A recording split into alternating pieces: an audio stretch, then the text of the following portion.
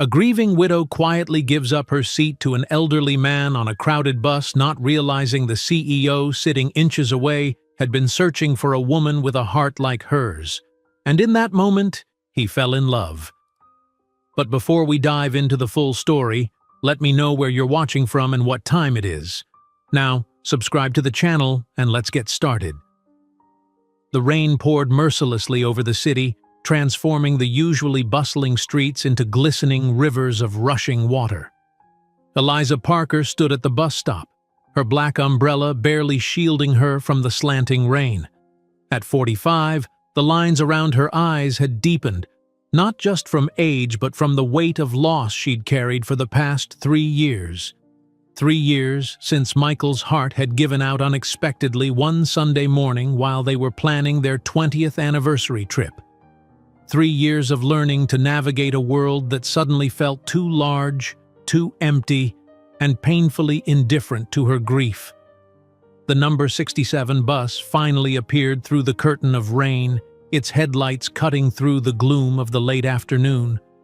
Eliza closed her umbrella, shaking off the excess water before climbing aboard. The bus was unusually crowded for a Wednesday, probably due to the downpour that had sent everyone seeking shelter. She paid her fare and moved down the aisle, scanning for an empty seat. There was only one left, next to a man in an expensive-looking gray suit who was engrossed in something on his phone. Eliza settled into the seat beside him, careful not to disturb his space. She placed her damp umbrella between her feet and reached into her bag for the novel she'd been reading, a romance that her book club had chosen. It was the type of story she would have scoffed at before, but now these fictional happy endings provided a comforting escape from her own unfinished story. At the next stop, an elderly man boarded, his movements slow and deliberate. His weathered face bore the map of a long life, lines etched deeply around kind eyes that surveyed the full bus with resignation. He gripped the overhead rail with one gnarled hand while the other clutched a cane that looked as ancient as he did. The bus lurched forward, and the old man staggered slightly. Without hesitation, Eliza closed her book. "Sir," she called out, already gathering her things, "please, take my seat." The elderly man looked at her with genuine surprise, as if such courtesy was rare. He began to shake his head, his mouth forming what was surely a polite refusal, but Eliza was already standing. "I insist," she said, her voice gentle but firm. "I'm getting off soon anyway." It wasn't true, but the lie came easily in service of kindness.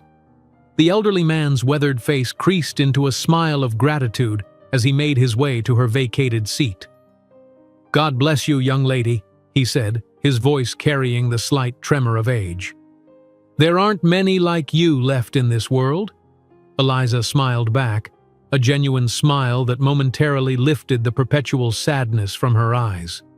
"It's nothing," she replied, now holding on to the same rail the old man had gripped moments before. She returned to her book, though standing made reading more challenging as the bus swayed through the rain-slicked streets. What Eliza didn't notice was that the man in the expensive suit had looked up from his phone when she'd offered her seat. His eyes, a striking shade of blue, had followed her movements with sudden interest, his expression shifting from distraction to curiosity.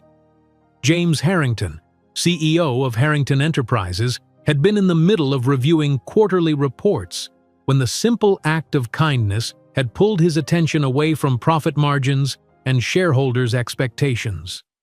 For the past 6 months, James had been conducting a peculiar search. At 50, after building a business empire worth billions, he had come to realize that his wealth meant nothing without someone to share it with. But finding a genuine connection had proven impossible in his world of corporate sharks and social climbers. Every woman he met seemed more interested in his bank account than in who he was as a person.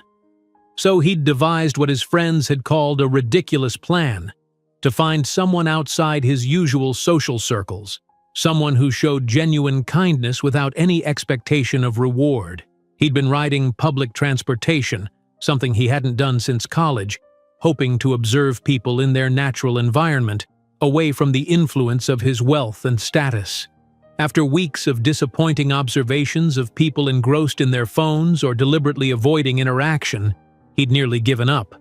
But now, watching Eliza standing there, absorbed in her book despite the discomfort, James felt a flutter of interest he hadn't experienced in years. It wasn't just her act of kindness. It was the understated grace with which she'd done it, expecting nothing in return. Even the way she now stood, swaying slightly with the motion of the bus, occasionally glancing up to check the stops, spoke of a quiet dignity he found immensely appealing. The bus hit a pothole, causing everyone to lurch. Eliza lost her balance momentarily, her book tumbling from her hands. Without thinking, James reached out and caught it before it hit the floor. Their eyes met as he handed it back to her. "Thank you," she said, a hint of color touching her cheeks. "My pleasure," James replied, his voice warm. "Jane Austen?" he added, noticing the cover. Eliza looked surprised. "Yes, Persuasion. Have you read it?" "A long time ago," he admitted, "though I remember thinking Captain Wentworth's letter was one of the most romantic things I'd ever read." Her eyes widened slightly, not expecting a man in a business suit to be familiar with Austen's work, much less to have an opinion on it. "It is rather wonderful," she agreed, a small smile playing at her lips. "You pierce my soul. I am half agony, half hope." "Tell me not that I am too late," James continued the quote, his eyes never leaving hers. For a moment, they were connected by the shared appreciation of words written 2 centuries ago. Then the bus jerked to another stop, breaking the spell. Eliza glanced out the window and realized they were approaching her stop. "This is me," she said, feeling an unexpected reluctance to leave. "Thank you again for saving my book." "Anytime," James replied, watching as she maneuvered toward the exit. He made a split-second decision. "Actually, would you—" But his words were lost in the noise of the bus and the shuffle of passengers. Eliza stepped off into the rain, quickly opening her umbrella. Through the streaming windows, James watched her walk away, her figure growing smaller in the distance. He suddenly realized he didn't even know her name. Eliza hurried down the wet sidewalk toward her modest apartment building. The encounter with the man on the bus lingered in her mind. There had been something in his eyes, intelligence, warmth, and perhaps a loneliness that mirrored her own. For the first time in 3 years, she'd felt a spark of connection with someone. But like so many moments in life, it had come and gone in an instant, leaving only a faint impression like raindrops on water. James remained on the bus long past his intended stop, lost in thought. His driver and security team would be wondering where he was, but he couldn't bring himself to care. He kept replaying the brief exchange in his mind. There had been no recognition in her eyes, no indication that she knew who he was. Her kindness to the elderly man had been genuine, her surprise at his knowledge of Austen unfeigned. She was exactly the kind of person he'd been looking for, and he'd let her walk away. The following day dawned clear and bright, as if the previous day's downpour had washed the city clean. Eliza followed her usual routine, a quick breakfast, a check of her emails for freelance editing projects, and then a walk to the local library where she worked part-time in the children's section. Her life had settled into a predictable pattern after Michael's death, not unhappy exactly, but muted, as if all the colors had been turned down. She took the same bus, half hoping to see the man from yesterday, but the seat where he had sat was occupied by a teenager with headphones. Eliza scolded herself for the disappointment she felt. It had been a brief moment, nothing more. People crossed paths every day in the city without it meaning anything. At the library, she lost herself in the familiar comfort of books and the enthusiasm of the children who came for story time. It wasn't until her lunch break that her thoughts returned to the man on the bus and their shared moment over Jane Austen. Meanwhile, across town in his penthouse office with its panoramic view of the city, James Harrington was distracted. His assistant, Margaret, had to repeat herself twice during their morning briefing. "I'm sorry, Margaret," he said finally. "I'm not quite myself today." Clearly, she replied with the frankness of someone who had worked with him for 15 years. "Does this have anything to do with your mysterious bus rides?" James looked up, surprised. "How did you—" "Please," Margaret interrupted with a hint of amusement. "Do you think I don't know when you dismiss your driver and disappear for hours? I've been your assistant long enough to notice when you're up to something." James smiled ruefully. "I met someone," he admitted. "Or rather, I saw someone. A woman on the bus yesterday. She gave up her seat to an elderly man without a second thought, and then we talked about Jane Austen of all things." "Jane Austen?" Margaret raised an eyebrow. "She was reading Persuasion," James explained, feeling slightly defensive. "I recognized it." "And this mystery woman, did you get her name? Her number?" James's expression fell. "No, she got off the bus before I could ask. I don't know anything about her except that she reads classic literature and has the kindest eyes I've ever seen." Margaret studied her boss with a mixture of amusement and concern. In all the years she'd worked for him, she'd never seen him so affected by a brief encounter. "So what are you going to do about it?" "What can I do?" James ran a hand through his silver-streaked dark hair. "It's a city of millions. The chances of finding her again are—" "Since when has James Harrington been deterred by odds?" Margaret challenged. "You built an empire from nothing. Surely you can find one woman in one city." Her words struck a chord. James straightened in his chair, his mind already calculating possibilities. "The bus," he said. "The number 67. She might take it regularly, and she had a library book. If I could figure out which branch—" "Now that sounds more like the James I know," Margaret smiled. "Should I clear your afternoon schedule?" James checked his watch. "No, I have that meeting with the board that I can't reschedule, but tomorrow I'm going bus riding." For the next week, James rode the number 67 bus at various times of day, hoping to encounter Eliza again. He wore casual clothes to blend in, though his idea of casual still involved designer labels. Despite his efforts, there was no sign of the woman who had captured his attention so completely. Eliza, unaware of the search being conducted for her, continued her quiet life. She took different buses that week due to a schedule change at the library, missing James's careful surveillance by mere coincidence. The memory of their brief connection faded slightly under the demands of daily life, though occasionally she would find herself looking for him when she rode the 67 bus. It was on a particularly busy Friday evening, when Eliza was hurrying to catch the last bus after a late shift at the library, that fate intervened. The bus was pulling away as she reached the stop, and she felt a moment of despair at the thought of waiting another 30 minutes for the next one. But then the bus suddenly slowed and stopped. The doors opened, and there stood the elderly man to whom she had given her seat the week before. "Driver," he had called out, "wait for the young lady." Breathless, Eliza climbed aboard. "Thank you," she said to both the driver and the elderly gentleman. "I don't know if you remember me, but—" "Of course I remember you," the old man smiled.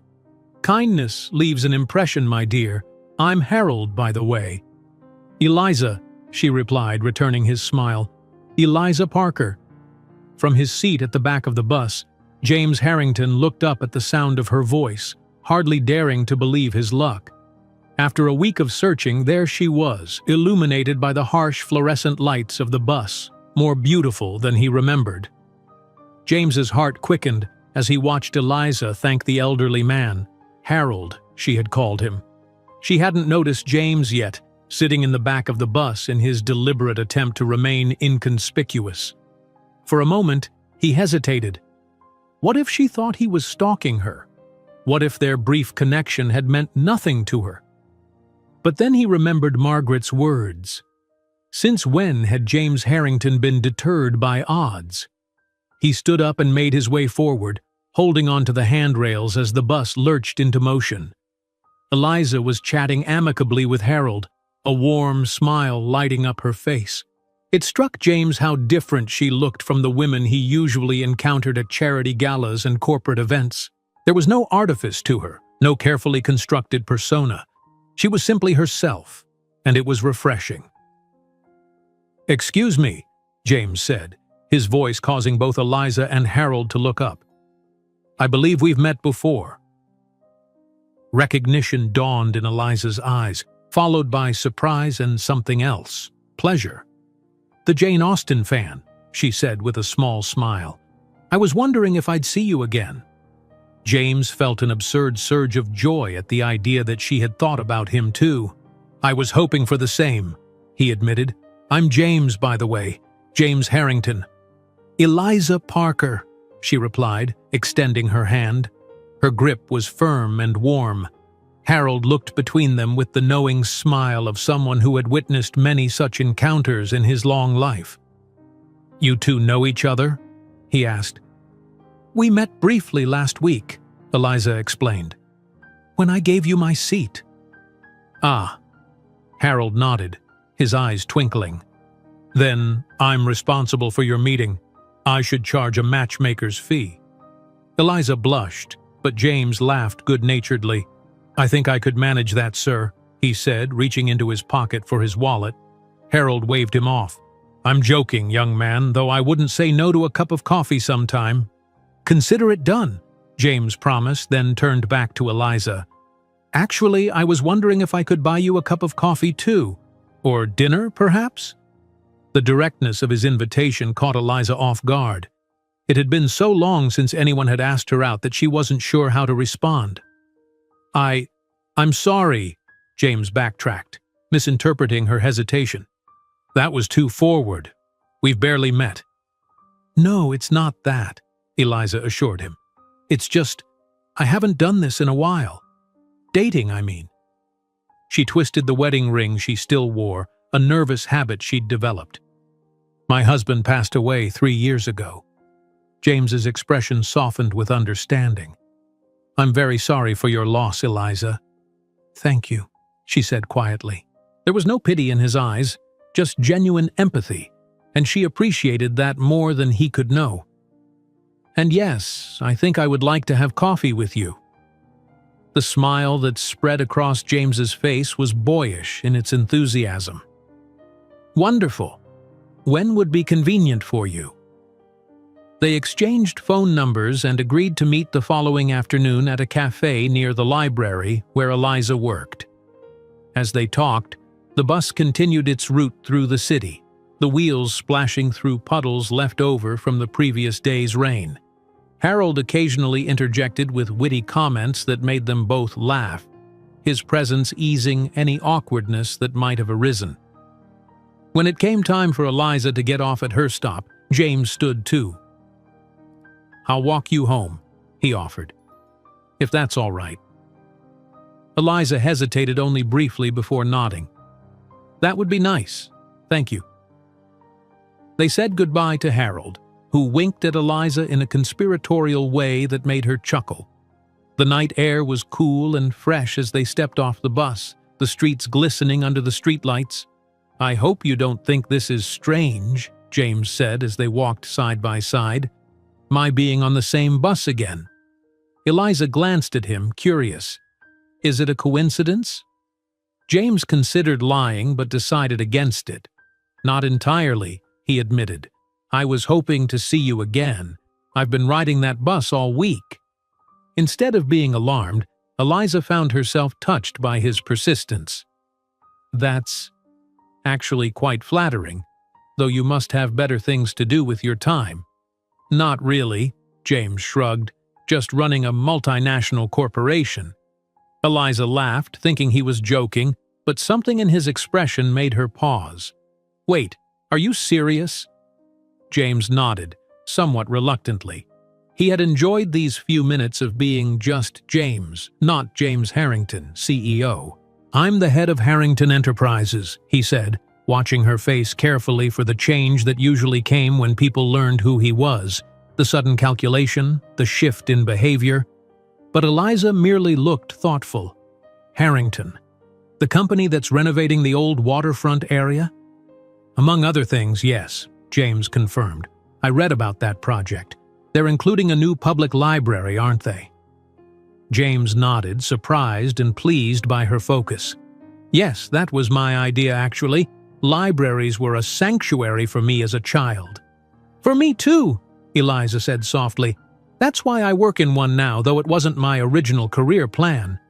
What was? James asked, genuinely interested. I was a book editor before. Before Michael died, Eliza explained. I still do freelance work, but I needed something more stable after, and I've always loved being around books and children. They had reached her apartment building, a modest but well-maintained structure in a quiet neighborhood. This is me, Eliza said, stopping at the entrance. James looked up at the building, noting its simplicity. It was a stark contrast to the luxury penthouse where he lived, but there was something inviting about it, something genuine, just like its inhabitant. Thank you for walking me home, Eliza said, feeling suddenly shy. It was my pleasure, James replied sincerely. I'll see you tomorrow, 2 o'clock at the Reading Room Cafe. Eliza nodded, a small smile playing at her lips. I'll be there. As she turned to go inside, James impulsively reached for her hand. Eliza, he said, his voice low. I'm really glad Harold made the driver wait for you tonight. Her smile widened, and for a moment, the sadness that usually shadowed her eyes lifted completely. Me too, James. Good night. Good night, Eliza. She entered the building and James stood there for a moment longer, watching as lights came on in what he presumed was her apartment. Then, with a lightness in his step that he hadn't felt in years, he pulled out his phone to call his driver. Eliza leaned against her closed door, her heart beating unusually fast. What had just happened? Had she really agreed to have coffee with a man she barely knew? A man who happened to be a CEO? It seemed surreal, like something out of one of the romance novels she'd been reading lately to escape her grief. She moved through her apartment, turning on lights and shedding her coat and bag. The space was comfortable but modest, filled with bookshelves and mementos from her life with Michael. Their wedding photo still held a place of honor on the mantel, Michael's kind eyes and warm smile frozen in time. Well, this is unexpected, she said aloud to the photograph. After Michael's death, she'd gotten into the habit of talking to him, finding comfort in the one-sided conversations. I met someone, Mike. I don't know if it will go anywhere, but he seems nice. The photo offered no response, just Michael's eternal smile. Eliza sighed and went to prepare for bed, her mind still whirling with thoughts of James Harrington and his surprising persistence in finding her again. The next morning, Eliza woke with a mixture of excitement and anxiety. She had a morning shift at the library which would keep her busy until it was time to meet James. As she got ready, she found herself putting more care than usual into her appearance, choosing a blue dress that Michael had always said brought out her eyes, and even applying a light touch of makeup. The library was quiet that morning, allowing her mind to wander repeatedly to her upcoming coffee date. Was it a date, or just a friendly meeting? James had seemed genuinely interested, but part of her couldn't help wondering why a wealthy, presumably eligible CEO would be interested in a middle-aged widow who worked in a library. You seem distracted today, Eliza, observed her colleague Martha, a kind woman in her 60s who had been a support system after Michael's death. Do I? Eliza tried to sound nonchalant as she reshelved a stack of children's books. Martha gave her a knowing look. You've put The Very Hungry Caterpillar in the young adult section, dear. Oh. Eliza quickly retrieved the misplaced book, feeling her cheeks warm. I guess I am a bit distracted. Anything you want to talk about? Martha prompted gently. Eliza hesitated, then decided there was no harm in sharing. I'm meeting someone for coffee after my shift, a man I met on the bus. Martha's eyebrows rose in pleasant surprise. Well, isn't that lovely? Your first date since Michael, Eliza finished for her. Yes, I suppose it is, though I'm not sure if it's really a date. How does that make you feel? Martha asked, ever the sensitive friend. Eliza considered the question seriously. Nervous, she admitted, and a little guilty, if I'm being honest. Like I'm betraying Michael somehow. Martha's expression softened with understanding. Michael loved you very much, Eliza. He wouldn't want you to be alone forever. I know that logically, Eliza sighed. But emotions aren't always logical, are they? No, they certainly aren't, Martha agreed. But give yourself permission to enjoy this coffee, whatever it may or may not lead to. You deserve some happiness, dear. Eliza smiled gratefully at her friend, feeling somewhat lightened by the conversation. Martha was right. She should at least allow herself to enjoy the afternoon without overanalyzing it or feeling guilty. The rest of her shift passed quickly, and soon it was time to head to the reading room. The cafe was a cozy spot popular with the library staff, known for its comfortable chairs, excellent coffee, and walls lined with books that customers could read while they enjoyed their beverages. Eliza arrived a few minutes early, her nerves returning as she selected a quiet table by the window. She ordered a latte and tried to calm her racing heart by focusing on the familiar surroundings. The cafe smelled of coffee and freshly baked pastries, the ambient noise of quiet conversations and the espresso machine creating a soothing backdrop. At precisely 2 o'clock, the door opened and James walked in. He had eschewed his business suit for more casual attire. Dark jeans and a light blue button-down shirt that made his eyes seem even more striking. He spotted her immediately, a warm smile spreading across his face as he approached. Eliza, he greeted her, and just the way he said her name, like it was something precious, made her heart skip a beat. You look beautiful. Thank you, she replied, suddenly shy again. You look nice too, different from your bus attire. James chuckled as he took the seat across from her. I thought I'd try to blend in a bit, though I'm not sure I succeeded. The barista just asked if I was that Harrington guy from the magazine. Eliza smiled, finding his self-deprecation charming. Were you? In a magazine, I mean. Forbes last month, he admitted with a slight grimace. Not my idea, believe me. My PR team insisted. The barista approached their table, clearly flustered to be serving someone of James's status. Mr. Harrington, sir, what can I get for you today? It's on the house, of course.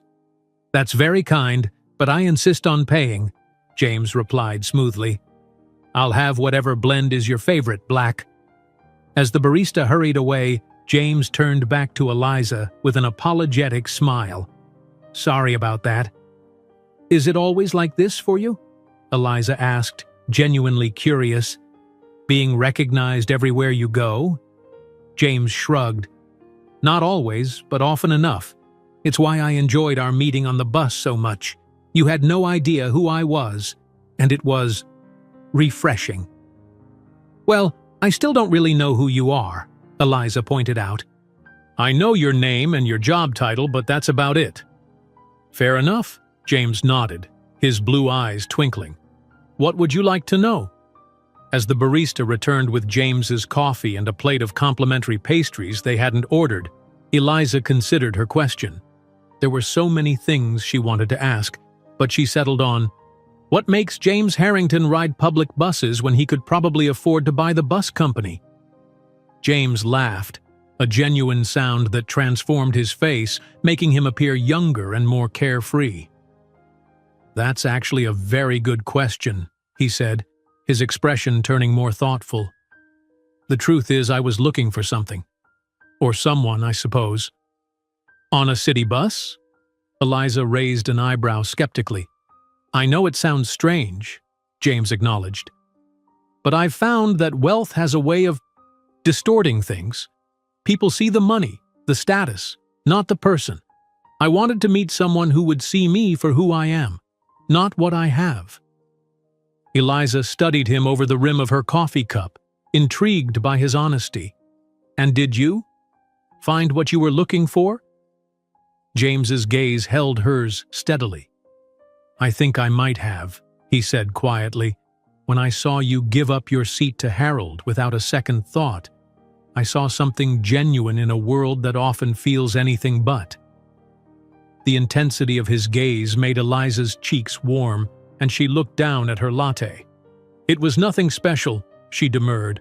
"Just common courtesy." "But that's exactly it," James insisted. "Common courtesy isn't so common anymore.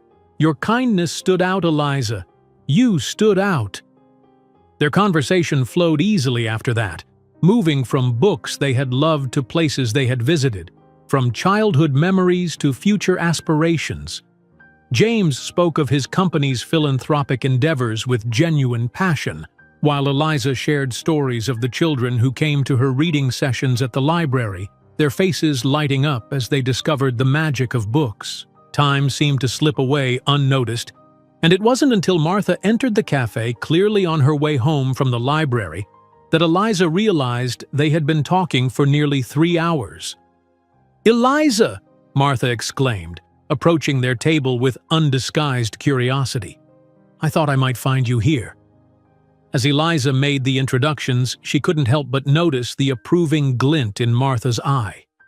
Her friend chatted briefly with James, her initial surprise at his identity giving way to warm acceptance as she observed how he looked at Eliza. "I should be going," Martha said after a few minutes, giving Eliza a meaningful glance. "Samuel will be wondering where I am. Lovely to meet you, Mr. Harrington." "James, please," he corrected with a smile. "And likewise, Martha." As Martha left, Eliza realized the cafe had begun to fill with the after-work crowd. "I should probably head home too," she said reluctantly. James nodded, though he made no move to stand. "I've enjoyed this afternoon more than any I can remember in a long time," he said, his voice sincere. "Would it be too forward to ask when I might see you again?" Eliza felt a flutter of excitement mixed with trepidation. This was moving quickly, perhaps too quickly. And yet she couldn't deny the connection she felt with James, a connection she had thought she might never feel again after losing Michael. "I'd like that," she said softly, making her decision. "Though I should warn you, my life is quite ordinary compared to yours. I don't attend galas or travel to exotic locations for business meetings." "Ordinary sounds perfect," James replied with a smile that reached his eyes. "Extraordinary, even." Over the next few weeks, Eliza and James settled into a rhythm that felt both exciting and comfortable. They met for coffee again, then dinner at a small Italian restaurant where the owner knew James by name but treated him no differently than any other customer. They walked through the city park on a Sunday afternoon, stopping to listen to a street musician playing violin concertos with surprising skill. Each encounter deepened their connection, revealing new layers of compatibility that neither had expected to find. James found himself enchanted by Eliza's quiet intelligence, her genuine love of literature, and the compassionate way she spoke about the children at the library. She wasn't impressed by his wealth or status. In fact, she seemed slightly uncomfortable when those aspects of his life came up. Instead, she was interested in his ideas, his passions, the projects that meant the most to him personally rather than financially. For Eliza, James was unlike anyone she had ever known. Despite his position and power, there was a vulnerability to him, a loneliness she recognized because she had carried the same weight after Michael's death. When James spoke about his childhood, raised by a single mother who worked 3 jobs to put him through college, his determination to make something of himself so she would never have to struggle again, Eliza saw beyond the polished exterior to the self-made man beneath. They had agreed to meet at the Botanical Gardens on this particular Saturday, a place Eliza had mentioned loving but rarely visiting due to the entrance fee. James had offered to pick her up in his car, but Eliza had gently declined, preferring to meet him there. It was one of the things he appreciated about her, her insistence on maintaining her independence despite the conveniences his wealth could provide. James arrived early, as was his habit in both business and personal matters. He found a bench near the entrance and sat down to wait, watching families and couples stroll by, enjoying the unusually warm autumn day.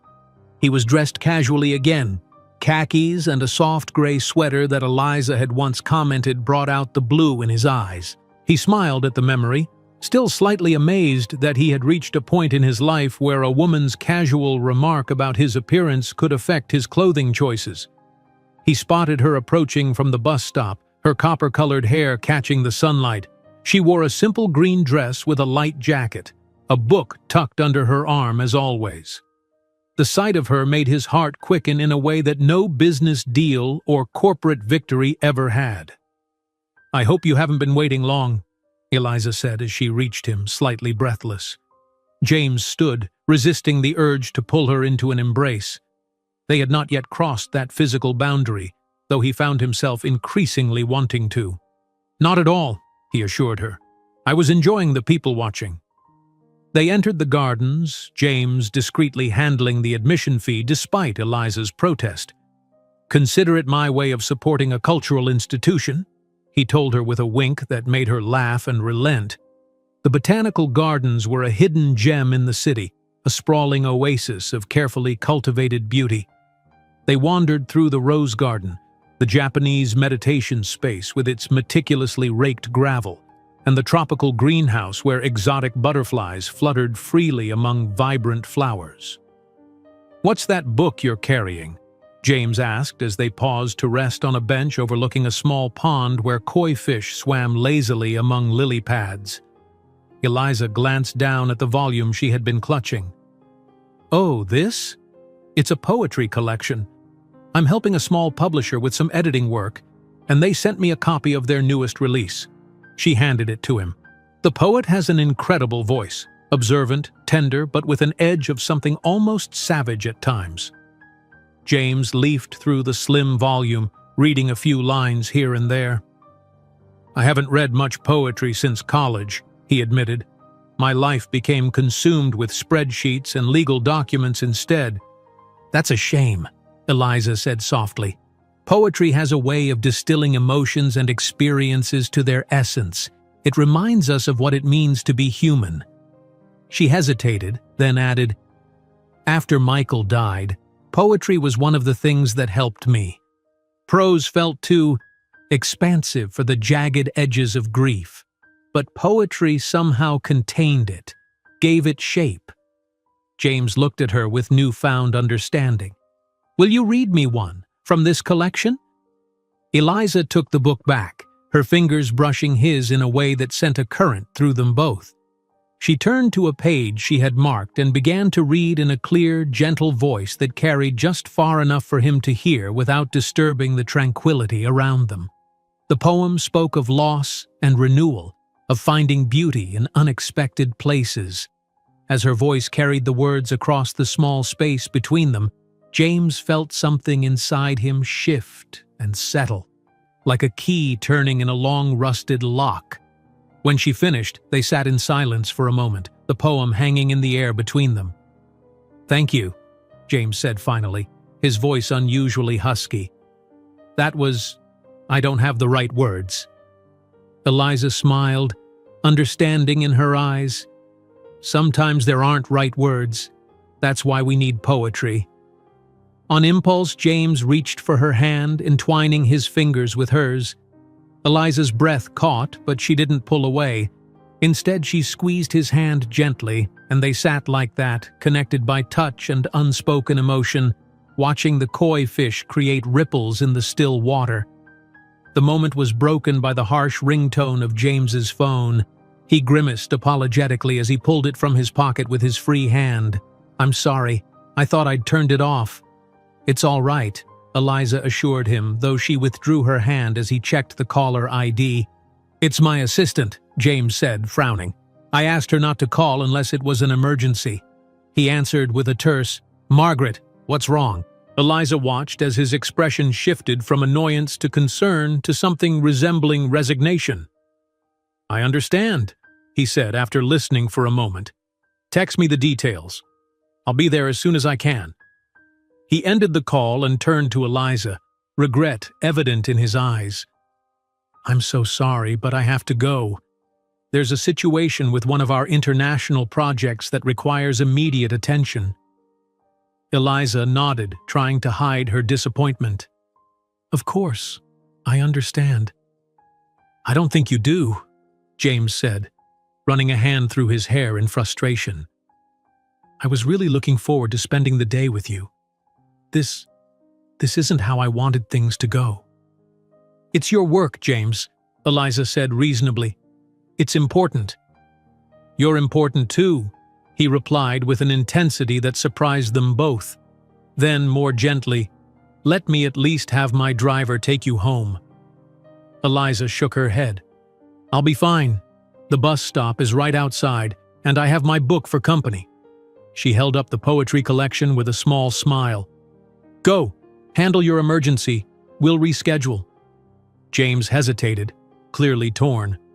"Are you sure?"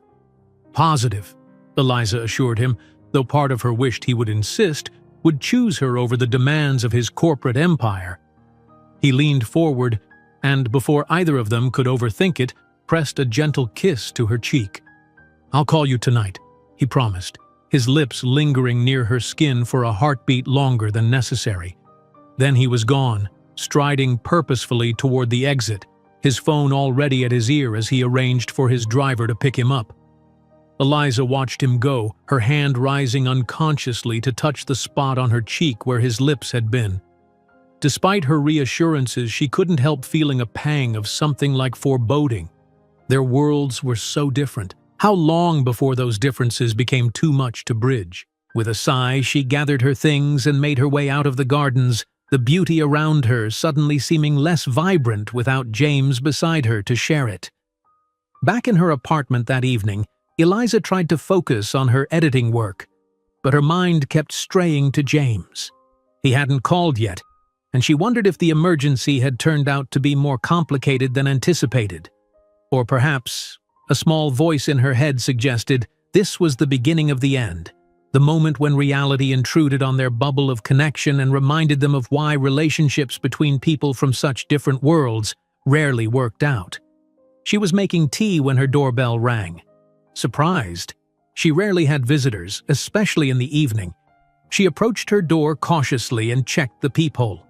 James stood there, looking somewhat disheveled, his tie loosened and his hair ruffled as if he'd been running his hands through it repeatedly. Eliza opened the door, unable to hide her surprise.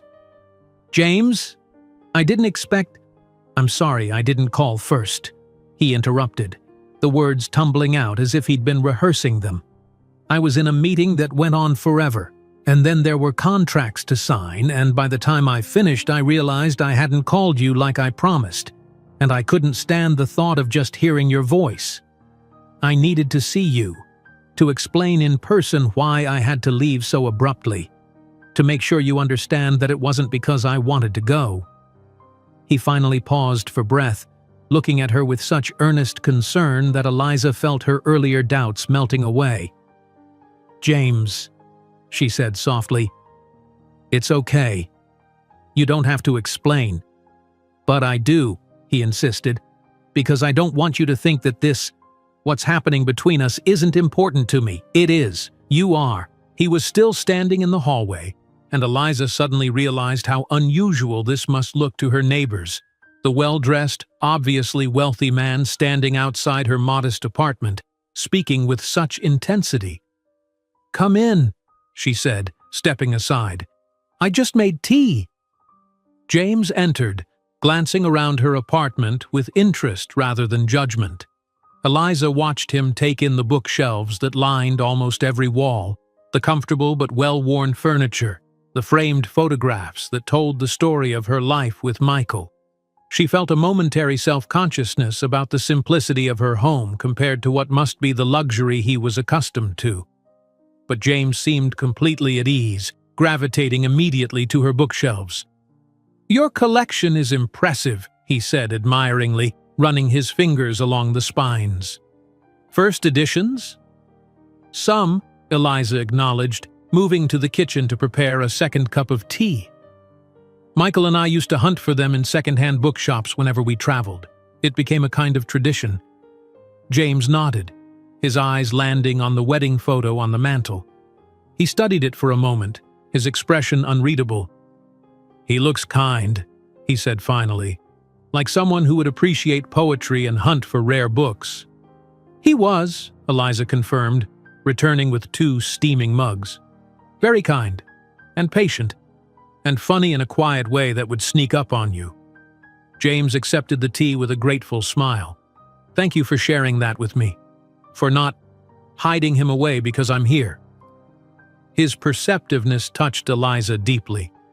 So many people seemed uncomfortable when she mentioned Michael, as if her widowhood was a contagious condition or her continued love for her late husband somehow diminished any new connection she might form. But James understood that Michael was an integral part of who she was, not a chapter to be closed and forgotten.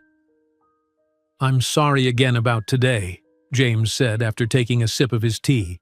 The emergency was a construction collapse at one of our development sites in Singapore. No one was seriously hurt, thankfully, but there are legal implications, insurance concerns.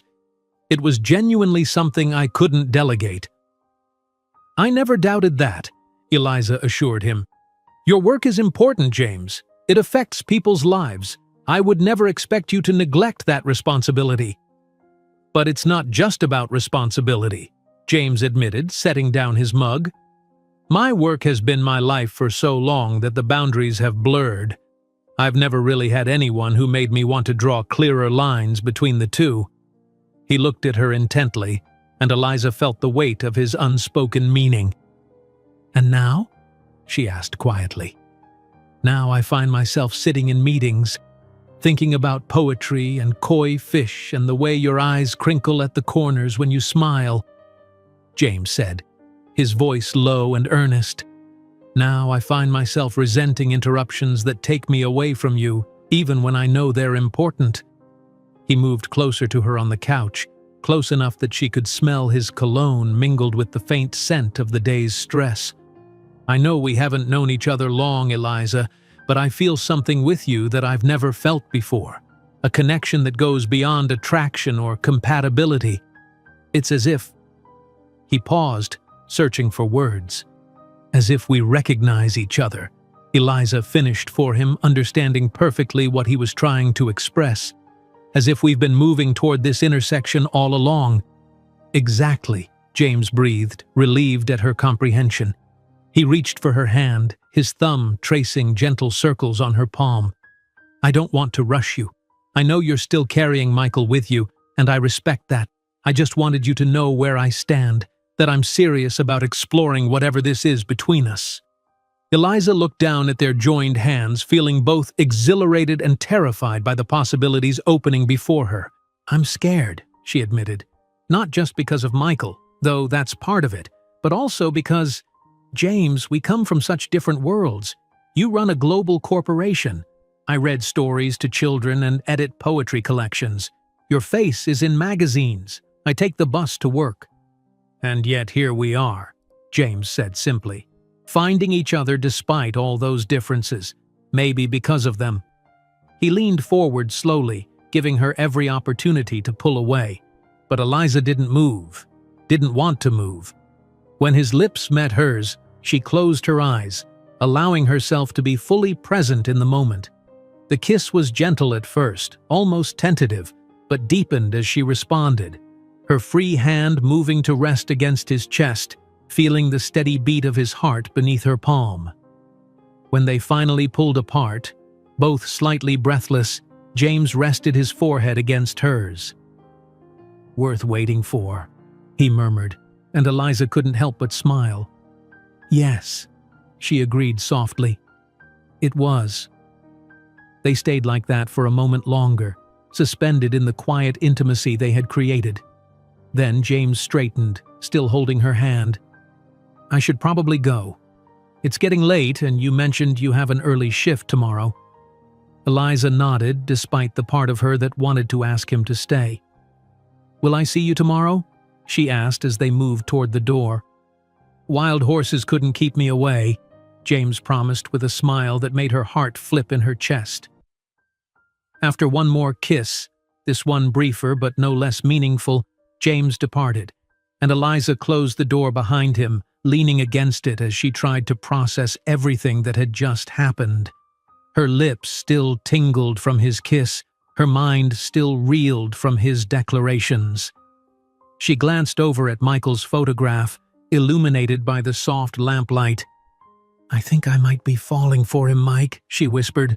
"Is that okay?" The photograph offered no answer, but as Eliza moved around her apartment, turning off lights and preparing for bed, she felt a sense of peace settle over her. Whatever challenges lay ahead, whatever complications might arise from the collision of their different worlds, she knew one thing with certainty. What she had found with James was worth exploring, worth fighting for. With that thought warming her heart, she slipped between her sheets and fell into the most restful sleep she had experienced in 3 years. The following Saturday, Eliza stood in front of her closet, surveying its contents with growing dismay. James had invited her to dinner at La Maison, one of the city's most exclusive restaurants, where he was meeting his closest friends. "I want them to meet you," he had said, his eyes warm with affection. "They're the closest thing to family I have." The invitation, while touching, had plunged Eliza into a minor crisis. Her wardrobe consisted primarily of practical, comfortable clothes suitable for working at the library or casual outings. Nothing that would blend in at an establishment where reservations were reportedly booked months in advance and the chef had been featured on international cooking shows. With a sigh, she pulled out the only dress that might be appropriate. A simple black cocktail dress she had worn to a publishing industry event years ago. It was classic enough not to look dated, but she worried it might still be too understated for the occasion. She laid it on the bed and reached for her phone. "Martha, I need fashion advice," she admitted when her friend answered. 20 minutes later, Martha was in her apartment examining the dress with a critical eye. "It's perfectly lovely," she assured Eliza, "but it could use some accessories to elevate it. Fortunately, I came prepared." She opened her large handbag and withdrew a small velvet pouch. "These were my mother's, but I think they'll suit you perfectly tonight." Inside the pouch was a delicate pearl necklace with matching earrings. "Martha, I couldn't possibly—" "Nonsense," Martha interrupted firmly. "They've been sitting in my jewelry box for years. Mom would have loved knowing they were being worn for a special evening." Her eyes twinkled. "Especially a special evening with a handsome CEO." Eliza accepted the pearls with a grateful smile. "You're a lifesaver." "Now," Martha continued briskly, "shoes, handbag, and most importantly, your mindset. Remember, Eliza, you're not just the widow who works at the library.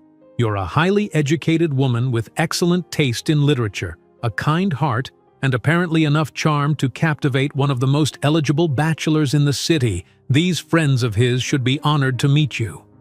Eliza laughed, feeling her anxiety ease somewhat. "I don't know what I'd do without you, Martha." "Probably wear sensible shoes to a 5-star restaurant," Martha teased, eyeing Eliza's comfortable flats with mock horror. "Now, what do you have in heels?" By the time James's driver arrived to pick her up, a concession Eliza had finally made after realizing how difficult parking would be near the restaurant, she felt as prepared as she could be. The pearls gleamed softly against her skin, complementing the simple lines of the dress. Martha had helped style her hair in an elegant updo, and a touch of makeup enhanced her natural features without feeling overdone. The car that pulled up was not the ostentatious limousine she had half feared, but a sleek black sedan with tinted windows. The driver, a middle-aged man with a kind face, introduced himself as Richard and held the door open for her with old-fashioned courtesy. "Mr. Harrington is meeting you at the restaurant, Ms. Parker," he explained as she settled into the plush leather seat. "He asked me to apologize for not picking you up himself. A meeting ran long, but he's on his way now." The restaurant was even more intimidating up close. A converted historic mansion with ornate architecture and a red carpet leading to the entrance. A doorman in an impeccable uniform opened the car door when they arrived, and Richard gave her a reassuring smile as she emerged. "Enjoy your evening, Ms. Parker." Eliza took a deep breath and approached the entrance, where a host in formal attire greeted her. "Good evening, madam. Do you have a reservation?" "I'm meeting James Harrington," she said, pleased that her voice sounded steadier than she felt. The host's demeanor shifted instantly from polite professionalism to eager deference. "Of course, Ms. Parker. Mr. Harrington's guests have already arrived. Please, follow me." As they walked through the restaurant, Eliza tried not to gawk at the opulent surroundings. Crystal chandeliers, original artwork on the walls, tables spaced far enough apart to ensure privacy for the well-heeled diners. The host led her to a private dining room at the back, where 3 people were already seated around a beautifully set table sipping champagne. "Ms. Parker has arrived," the host announced, holding the door for her. All 3 heads turned in her direction, and Eliza felt a moment of intense scrutiny as James's friends assessed her. There were 2 men and 1 woman, all approximately James's age, all exuding the same aura of wealth and confidence that he possessed. The woman was the first to rise, approaching Eliza with a warm smile that immediately put her at ease. "You must be Eliza. I'm Charlotte Wilson, James's oldest friend and occasional conscience." She was tall and elegant in a designer dress, her dark hair styled in a sophisticated bob. "He's been absolutely insufferable talking about you, so I'm delighted to finally put a face to the name." "Oh, has he?" Eliza asked, both embarrassed and pleased. "Absolutely smitten," confirmed one of the men coming to join them. He was shorter than Charlotte, with a boyish face that belied his salt-and-pepper hair. "Daniel Chen, college roommate and current technology advisor to Harrington Enterprises. Don't believe a word Charlotte says, by the way. She exaggerates terribly." "Only when it serves a purpose," Charlotte retorted with a grin. The third person approached more slowly, his expression harder to read. "Alexander Brooks," he introduced himself, extending a hand. "Legal counsel and reluctant voice of reason in this group." He was the most formally dressed of the 3, his manner reserved but not unfriendly. "It's lovely to meet you all," Eliza said sincerely. "James speaks very highly of you." "And he's told us practically nothing about you," Daniel said, gesturing for her to take a seat. "Just that you met on a bus, of all places, and that you work with books somehow." "I'm a children's librarian," Eliza clarified as she sat down. "And I do freelance editing for small publishers." "How fascinating," Charlotte said, sounding genuinely interested. "My foundation does literacy work in underserved communities. We should talk about potential collaborations." Before Eliza could respond, the door opened again and James strode in, slightly out of breath. "I'm so sorry I'm late," he said, his gaze immediately finding Eliza. The warmth in his eyes as he took in her appearance made her heart flutter. "You look absolutely beautiful," he murmured, bending to kiss her cheek before greeting his friends. "We were just getting acquainted with Eliza," Charlotte informed him, "and wondering why you've been keeping her all to yourself." "Self-preservation," James replied with a smile, taking the seat beside Eliza. "I knew once you met her, you'd like her better than me." The conversation flowed easily after that, aided by excellent wine and the first courses of their meal. Eliza found herself relaxing as she learned more about James's friends and their shared history. They had all met at university. James, Daniel, and Alexander as roommates, Charlotte as the persistent journalism student who kept challenging James in their shared economics class. She cornered me after a debate and informed me that my entire approach to fiscal policy was not only wrong but morally bankrupt, James recalled with affection. I was simultaneously offended and impressed. "And now she makes sure all your charitable giving actually reaches the people who need it," Alexander added. It was clear that these 3 people had been through much with James, the early struggles of starting his business, the meteoric rise of Harrington Enterprises, personal triumphs and setbacks. They shared an easy camaraderie built on decades of trust and mutual respect. Eliza felt both honored to be included in their circle and acutely aware of her outsider status. As the main course was served, a delicate sea base for Eliza that cost more than she usually spent on groceries in a week, Alexander turned the conversation in a more serious direction. "So, James, what's the word on the Westridge acquisition? My team has the preliminary paperwork ready." "Let's not talk business tonight," James suggested, glancing at Eliza. "This is a social occasion." "It's all right," Eliza assured him. "I don't mind." "See? She doesn't mind," Alexander pressed. "And this deadline is coming up fast." James sighed but nodded. "The board is still split. Harrison and his faction are concerned about the environmental implications, which, frankly, I share. The profit potential is significant, but not at the cost of our corporate values." "The remediation could be incorporated into the development plan," Charlotte pointed out. "My environmental consultants have some innovative approaches that might satisfy Harrison." Daniel joined in, discussing technological solutions to minimize the environmental impact, while Alexander outlined the legal ramifications of various approaches. Eliza listened, fascinated by this glimpse into James's world. He was clearly in his element, weighing complex factors with confident authority, yet still considering the human and environmental costs rather than focusing solely on profit. When there was a lull in the discussion, Charlotte turned to Eliza with a knowing smile.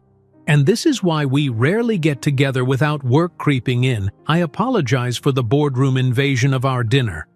"It's interesting," Eliza said honestly. "The scale of what you all deal with is so different from my world." "Speaking of your world," Daniel interjected, "James mentioned you have a particular interest in children's literacy. My daughter's school is looking for someone to revamp their library program. Would you be interested in consulting?" "Oh," Eliza blinked, surprised by the offer. "I'd be happy to help, but I'm not sure I'm qualified for a consulting role. I just read stories and help children find books they might enjoy." "Don't underestimate your expertise," James said, resting his hand on hers. "You understand what engages young readers in a way that most education consultants don't." "And Daniel's daughter attends West Hill Academy," Charlotte added. "Their resources are considerable." The prestigious private school's name made Eliza's eyebrows rise. "I see. Well, I'd certainly be willing to share my thoughts, though my experience is primarily with public libraries serving diverse communities." "Even better," Daniel nodded approvingly. "Fresh perspective. I'll have my assistant contact you." As the conversation shifted again, Eliza felt James squeeze her hand under the table. "You're doing wonderfully," he whispered. The dinner continued with dessert and coffee, the atmosphere growing more relaxed as the evening progressed. By the time they were preparing to leave, Eliza felt she had gained a much clearer understanding of James's life and the people who mattered most to him. Outside the restaurant, as they waited for their respective vehicles, Charlotte pulled Eliza aside. "I'm glad we finally met," she said warmly. "I haven't seen James this happy in, well, possibly ever." "He's very special," Eliza replied, meaning it. Charlotte's expression turned more serious. "He is, and his life is complicated in ways that can be challenging for relationships. But I think you might be good for him, Eliza Parker." Before Eliza could respond, James appeared at her side. "Are you two conspiring against me?" he asked lightly. "Always," Charlotte replied with a smile, kissing his cheek. "Lovely dinner, James. Don't be a stranger, Eliza." As Charlotte walked toward her waiting car, James turned to Eliza. "So, verdict?" "I like your friends," she said honestly. "They clearly care about you very much." "And they liked you," James assured her, his arm slipping around her waist. "Even Alexander, which is saying something. He usually takes months to warm up to anyone new." James's driver pulled up, and he held the door for Eliza. "May I see you home?" "I'd like that," she replied, sliding into the car. As they drove through the city, James kept hold of her hand, his thumb tracing absent patterns on her skin. "Thank you for coming tonight," he said quietly. "I know it wasn't your usual scene." "It was illuminating," Eliza acknowledged. "Your friends are impressive people." "They're the family I chose," James said. "After my mother died, they became my support system. Their approval means a lot to me, though I would have continued seeing you regardless." Eliza smiled at his determination. "Well, I'm glad I passed muster. though I did feel rather out of my depth at times. "You were perfect," James insisted. "Just being yourself.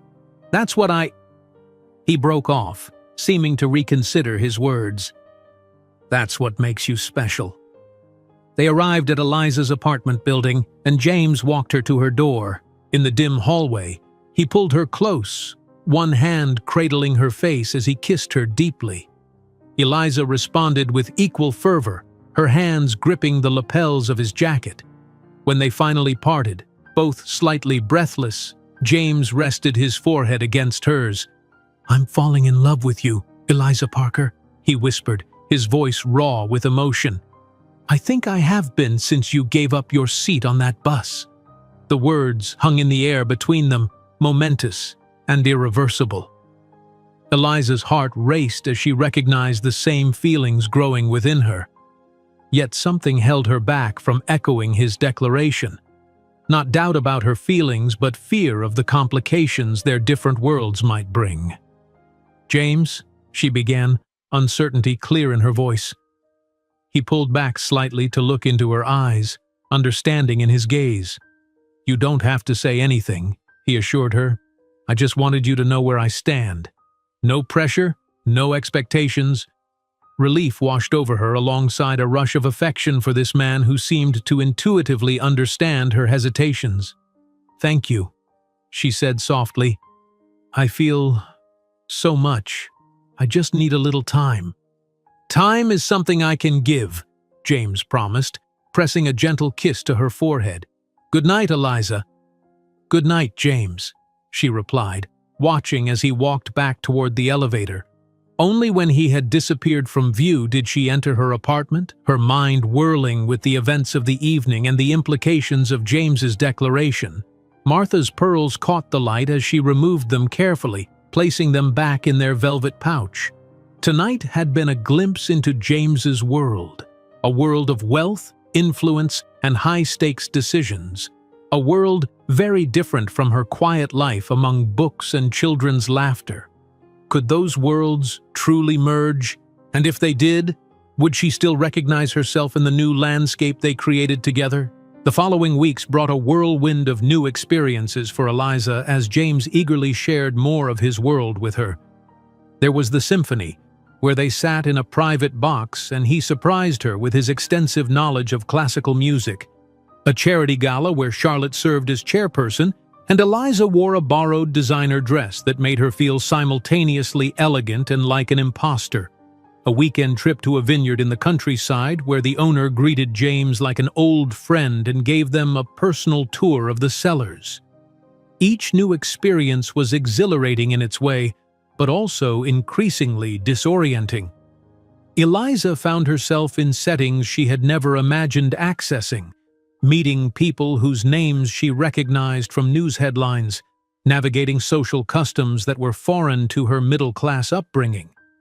James was patient and attentive, always checking to ensure she was comfortable, but the stark differences in their worlds became more apparent with each passing day.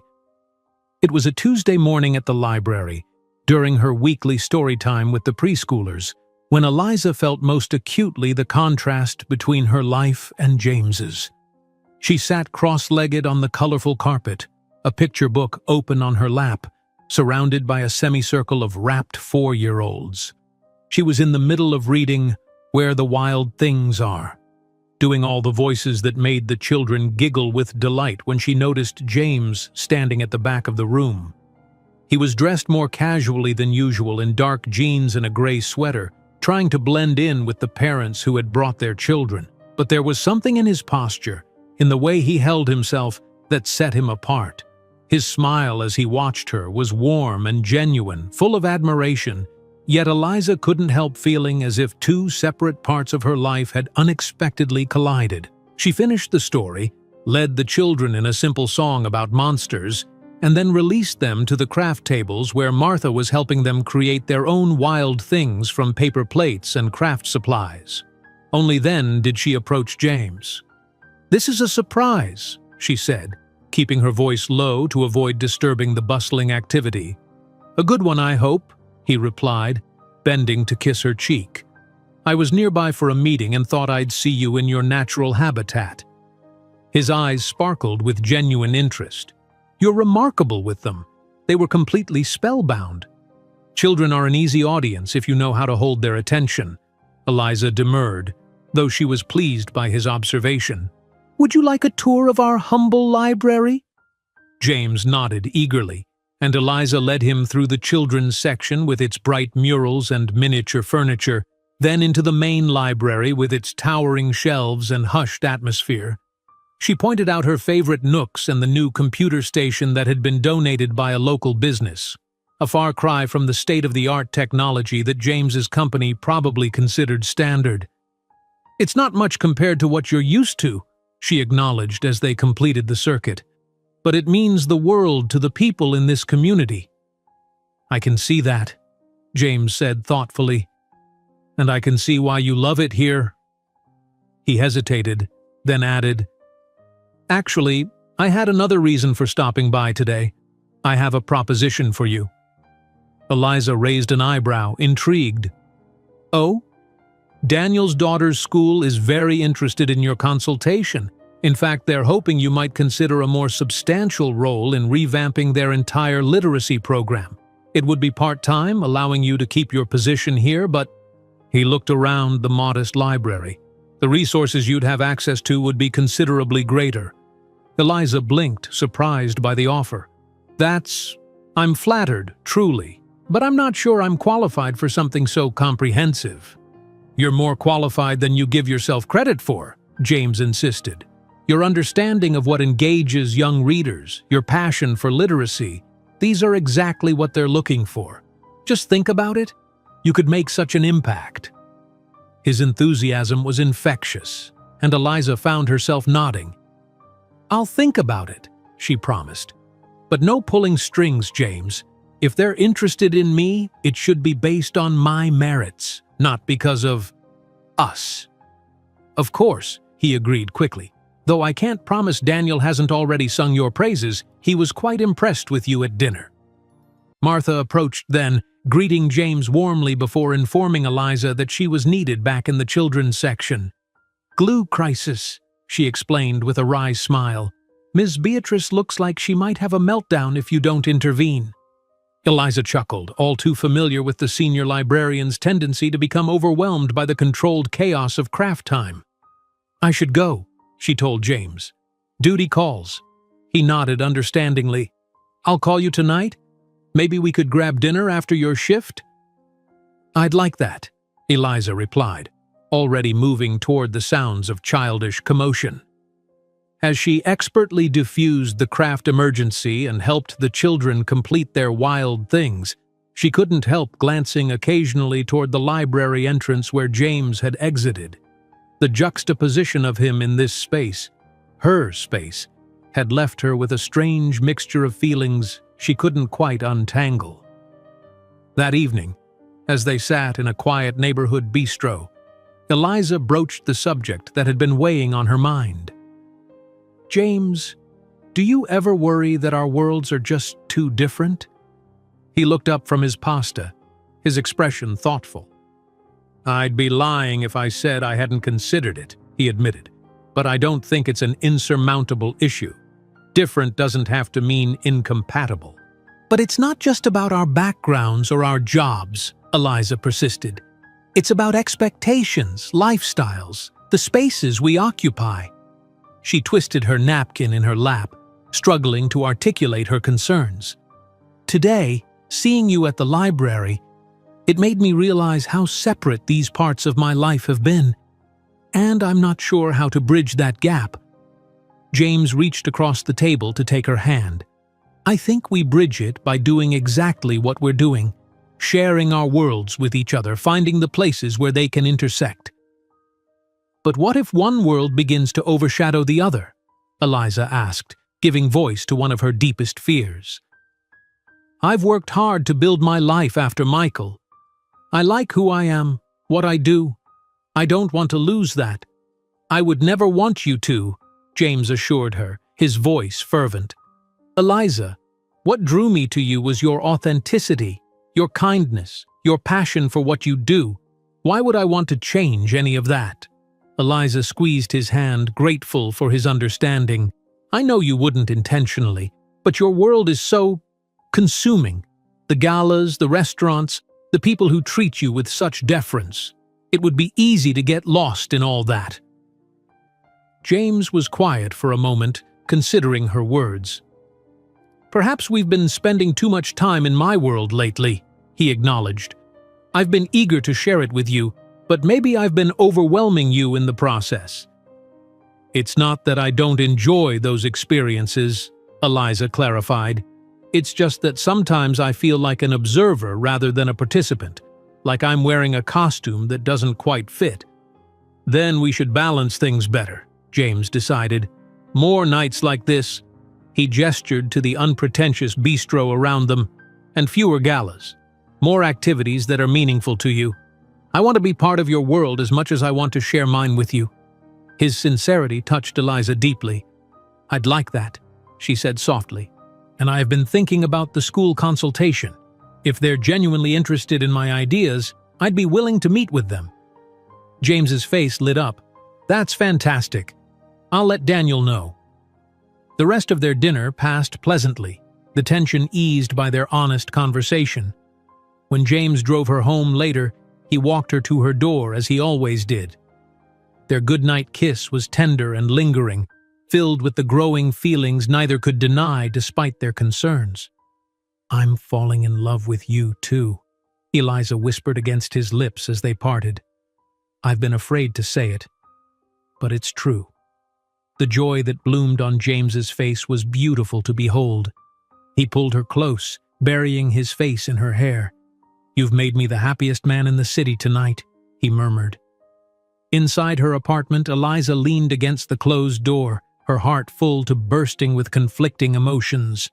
Love, yes, powerful and undeniable, but also fear, uncertainty about the future, and the lingering question of whether two such different lives could truly become one without fundamental changes to either. 3 days later, Eliza found herself sitting across from the headmistress of West Hill Academy, trying not to be intimidated by the oak-paneled office and the distinguished-looking woman regarding her with keen interest. Your ideas about interactive storytelling and community engagement are quite refreshing, Ms. Parker, Dr. Eleanor Winters said, reviewing the notes she had taken during their discussion. Most of our consultants focus exclusively on technology and measurable outcomes, but your emphasis on fostering a genuine love of reading is exactly what I've been advocating for. Children need both structure and freedom in their relationship with books, Eliza explained, warming to the topic. They need guidance to help them find stories that resonate with them, but also space to discover their own literary tastes. Dr. Winters nodded approvingly. I couldn't agree more. And your experience with diverse communities could help us address some of the blind spots in our current program. She set down her pen decisively. I'd like to offer you the position, Ms. Parker, 2 days a week to start, with the flexibility to maintain your current role at the public library. Eliza blinked, surprised by the swiftness of the offer. That's very generous, Dr. Winters. May I have a few days to consider it? Of course, the headmistress agreed. But I do hope you'll accept. We could implement your first initiatives for the spring semester. As Eliza left the impressive campus, she couldn't help feeling a surge of professional pride. Despite her initial doubts, Dr. Winters had been genuinely interested in her ideas, not just offering her the position as a favor to James or Daniel. The opportunity to impact the reading lives of hundreds of children with resources she could only dream of at the public library was undeniably appealing. She was so lost in thought that she almost missed the familiar figure waiting beside a sleek black car at the school gate. Alexander Brooks, James's serious-minded legal advisor, straightened when he spotted her. Ms. Parker, he greeted her formally. I hope you don't mind my meeting you here. I was at the school for a board meeting and thought I might offer you a ride. Eliza hesitated, surprised by the unexpected encounter. That's very kind, but I was planning to take the bus. I insist, Alexander said, opening the passenger door. There are some matters I'd like to discuss with you if you don't mind." Curiosity overcame her reluctance, and Eliza slid into the luxurious car. Alexander joined her, instructing his driver to proceed before turning to her with an expression she couldn't quite read. "I understand Dr. Winters offered you the consultation position," he began. "News travels fast," Eliza observed, slightly uncomfortable with the idea that her professional meeting was already being discussed. "West Hill is a small community in many ways," Alexander replied smoothly. "I serve on the board of trustees, as does Daniel. It's a natural nexus point for many of our circle." Our circle. The phrase subtly underscored Eliza's outsider status. "I see," she said neutrally. "And what matters did you wish to discuss, Mr. Brooks?" Alexander's direct gaze was unsettling in its intensity. "James is an extremely important person, Ms. Parker, not just to his friends, but to thousands of employees who depend on his leadership, to charitable organizations that rely on his generosity, to business partners who value his vision."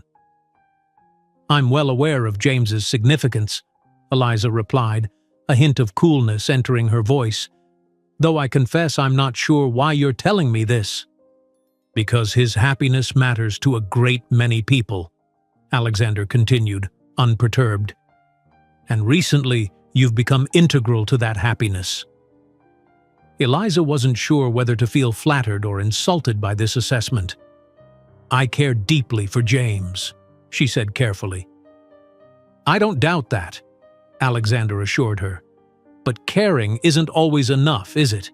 There are practical considerations. Your worlds are vastly different. The scrutiny that comes with James's position, the expectations, the obligations, these aren't small obstacles." "With all due respect, Mr. Brooks," Eliza said, her patience wearing thin, "these are matters for James and me to navigate." "Of course," Alexander agreed smoothly. "I merely want to ensure you understand what you're stepping into. James is idealistic in many ways. He sees possibilities where others see impracticalities. It's what makes him brilliant in business, but sometimes in personal matters. He let the implication hang in the air between them. Eliza felt a flare of indignation on James's behalf. "I think you underestimate both James's awareness and my own," she said firmly. "We're both adults who understand that relationships require work and compromise." Alexander studied her for a moment, then nodded as if she had passed some test. "Good," he said simply. "That's precisely what I hoped to hear." The car had reached her apartment building.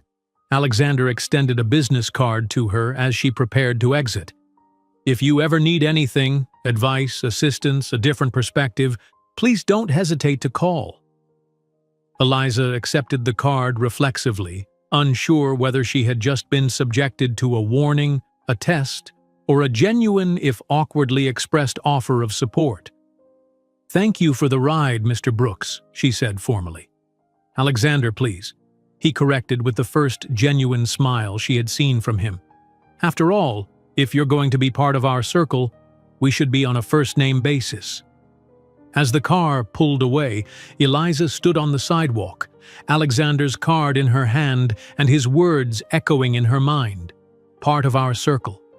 The phrase carried both promise and peril, an invitation and a challenge rolled into one.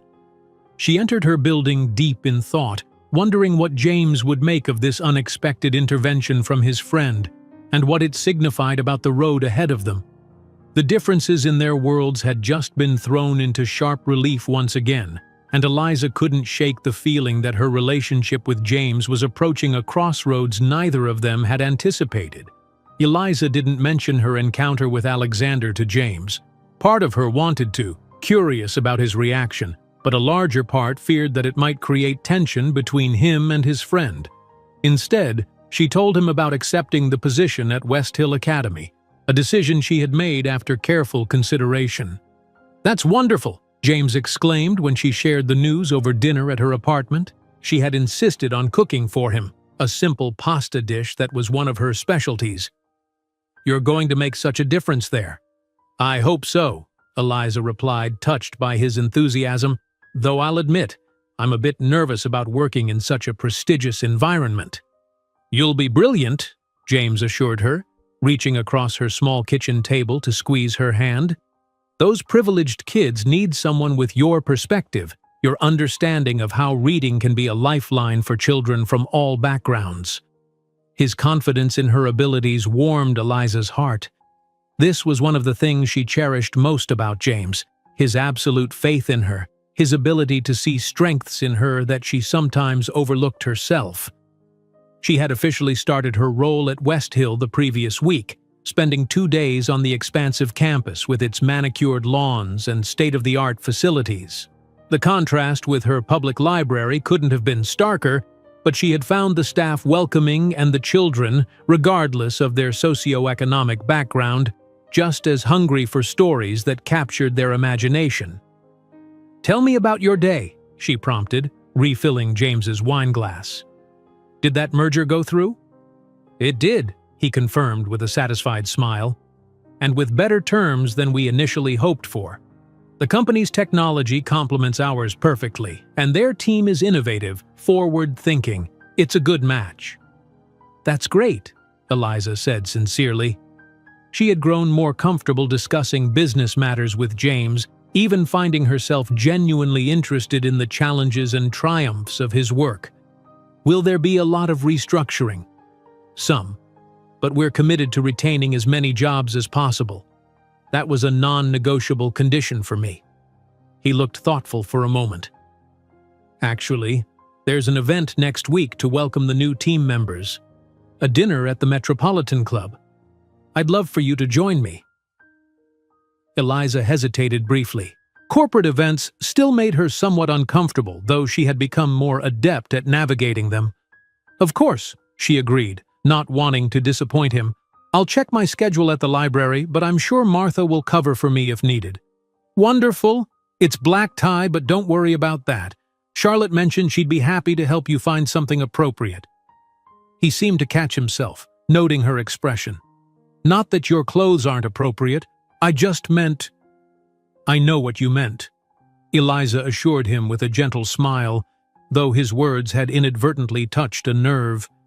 The fact that he assumed she would need help dressing for his world was a subtle reminder of the disparities between them.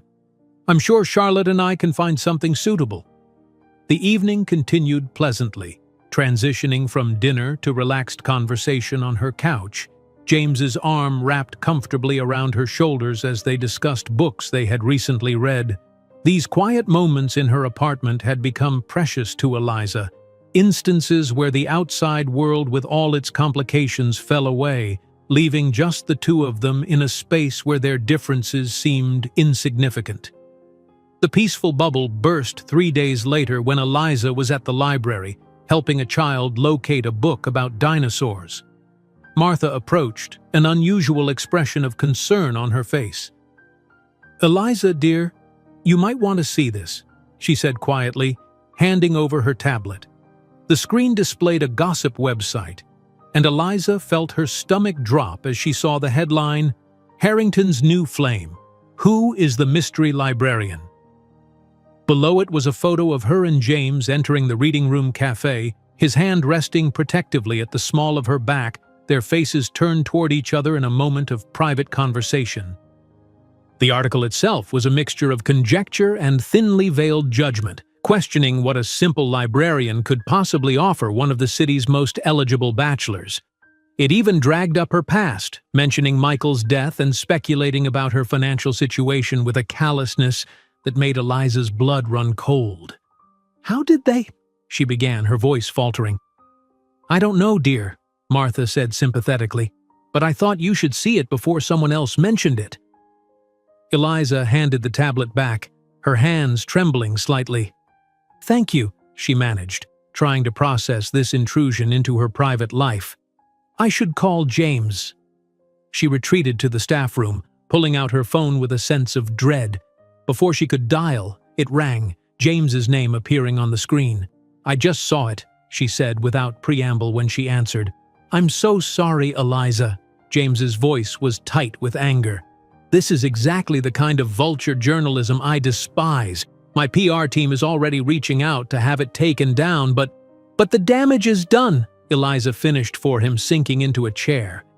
James, they mentioned Michael. They talked about his death like it was just a piece of gossip. I know, he said, his tone gentling. It's unforgivable. I promise you we'll address this. Are you okay? Do you want me to come to the library? Eliza took a deep breath, trying to steady herself. No, I'm fine. Just shocked. I never expected this kind of attention. I should have prepared you better, James said regretfully. This is part of my life. Unwanted scrutiny, people making assumptions based on fragments of information. I've gotten used to it over the years, but I should have warned you more explicitly. It's not your fault, Eliza assured him, though part of her did wish she had been more prepared. We knew this was a possibility. There was a brief silence on the line. Eliza, would you consider staying at my place tonight? I don't like the idea of reporters potentially finding your address. The suggestion gave her pause. They had not yet reached that level of intimacy in their relationship, though not for lack of attraction. They had both wanted to proceed carefully, respecting the significance of such a step. I appreciate the concern, she said carefully, but I think I'll be fine at my apartment. It's a secure building, and I doubt I'm interesting enough for them to stake out. You underestimate how persistent these people can be, James warned. But I understand. At least let me send a car for you after work. I can meet you at your place. Bring dinner. This seemed like a reasonable compromise. That would be nice, thank you. After they disconnected, Eliza sat for a moment longer, trying to gather her composure before returning to her duties. The article had shaken her more than she wanted to admit, not just because of the invasion of privacy, but because it had so starkly highlighted the public dimension of James's life, a dimension she had known about intellectually but had not fully appreciated emotionally until now. Throughout the afternoon, she caught colleagues glancing at her with newfound curiosity. A few of the regular library patrons gave her looks of recognition that they hadn't before. It was as if overnight she had transformed from just Eliza the librarian to a person of interest, a curiosity to be examined and discussed. The feeling was profoundly uncomfortable. By the time she left work, Eliza was exhausted from maintaining a professional demeanor while internally processing her new, unwanted public exposure. The sleek black car James had sent was waiting, Richard opening the door with a sympathetic smile that suggested he too was aware of the situation. "Evening, Ms. Parker. Straight to your apartment, as Mr. Harrington requested." "Thank you, Richard," she replied, grateful for his calm, unobtrusive presence. The ride was peaceful, but as they approached her building, Eliza noticed a small cluster of people with cameras near the entrance. Her heart sank. "Are those paparazzi?" Richard confirmed grimly. "Don't worry, Ms. Parker. I'll pull around to the service entrance. Mr. Harrington arranged it with your building manager." True to his word, Richard maneuvered expertly around to a back entrance where James was waiting, his expression a mixture of relief at seeing her and anger at the situation. He helped her from the car and quickly ushered her inside, keeping his body between her and the direction of the street. "I'm so sorry about this," he said once they were safely in the elevator. "It's my fault. I've been too visible with you, too careless." "James, stop," Eliza said firmly. "You haven't done anything wrong. Neither of us has. We're two adults in a relationship. There's nothing scandalous about that." "Of course there isn't," he agreed, his features softening as he looked at her. "But in my world, privacy is a commodity that's hard to come by. I just hate that I've dragged you into this." Inside her apartment, James had indeed arranged for dinner, a spread from one of Eliza's favorite local restaurants, along with a bottle of good wine. He had clearly made an effort to create a sense of normalcy amid the chaos. As they ate, he explained that his PR team had already issued a brief statement confirming their relationship but requesting privacy. "It won't stop the speculation entirely," he warned, "but it might reduce the frenzy a bit." "I hope so," Eliza said, pushing her food around her plate with less appetite than usual. James, I need to ask, is this what it's always going to be like? People with cameras following us, making up stories, invading our privacy? James sighed, setting down his fork. Not always, no. The interest will die down eventually, especially if we don't feed it with drama. But yes, there will always be some level of public scrutiny. It comes with the territory of who I am, the position I hold. Eliza nodded slowly, absorbing this reality. And what about when we go to that corporate dinner next week? Will there be photographers there too? Probably, James admitted. But they'll be official event photographers, not paparazzi. Still, images might make their way to the society pages, social media. I see, Eliza said quietly. Another dimension of his world she had to adjust to. Another way in which her private life would become incrementally less private. James reached across the table, taking her hand. If you're having second thoughts about attending, I completely understand. This has been a lot to process in one day. No, Eliza said with determination. I'm not going to hide or let these people scare me away from supporting you. I just need to adjust my expectations. Relief washed over James's face. Have I told you lately how extraordinary you are? He asked, lifting her hand to his lips. Later, as they sat together on her couch, James's arm around her shoulders, Eliza found herself thinking of Alexander's words about the scrutiny that came with James's position.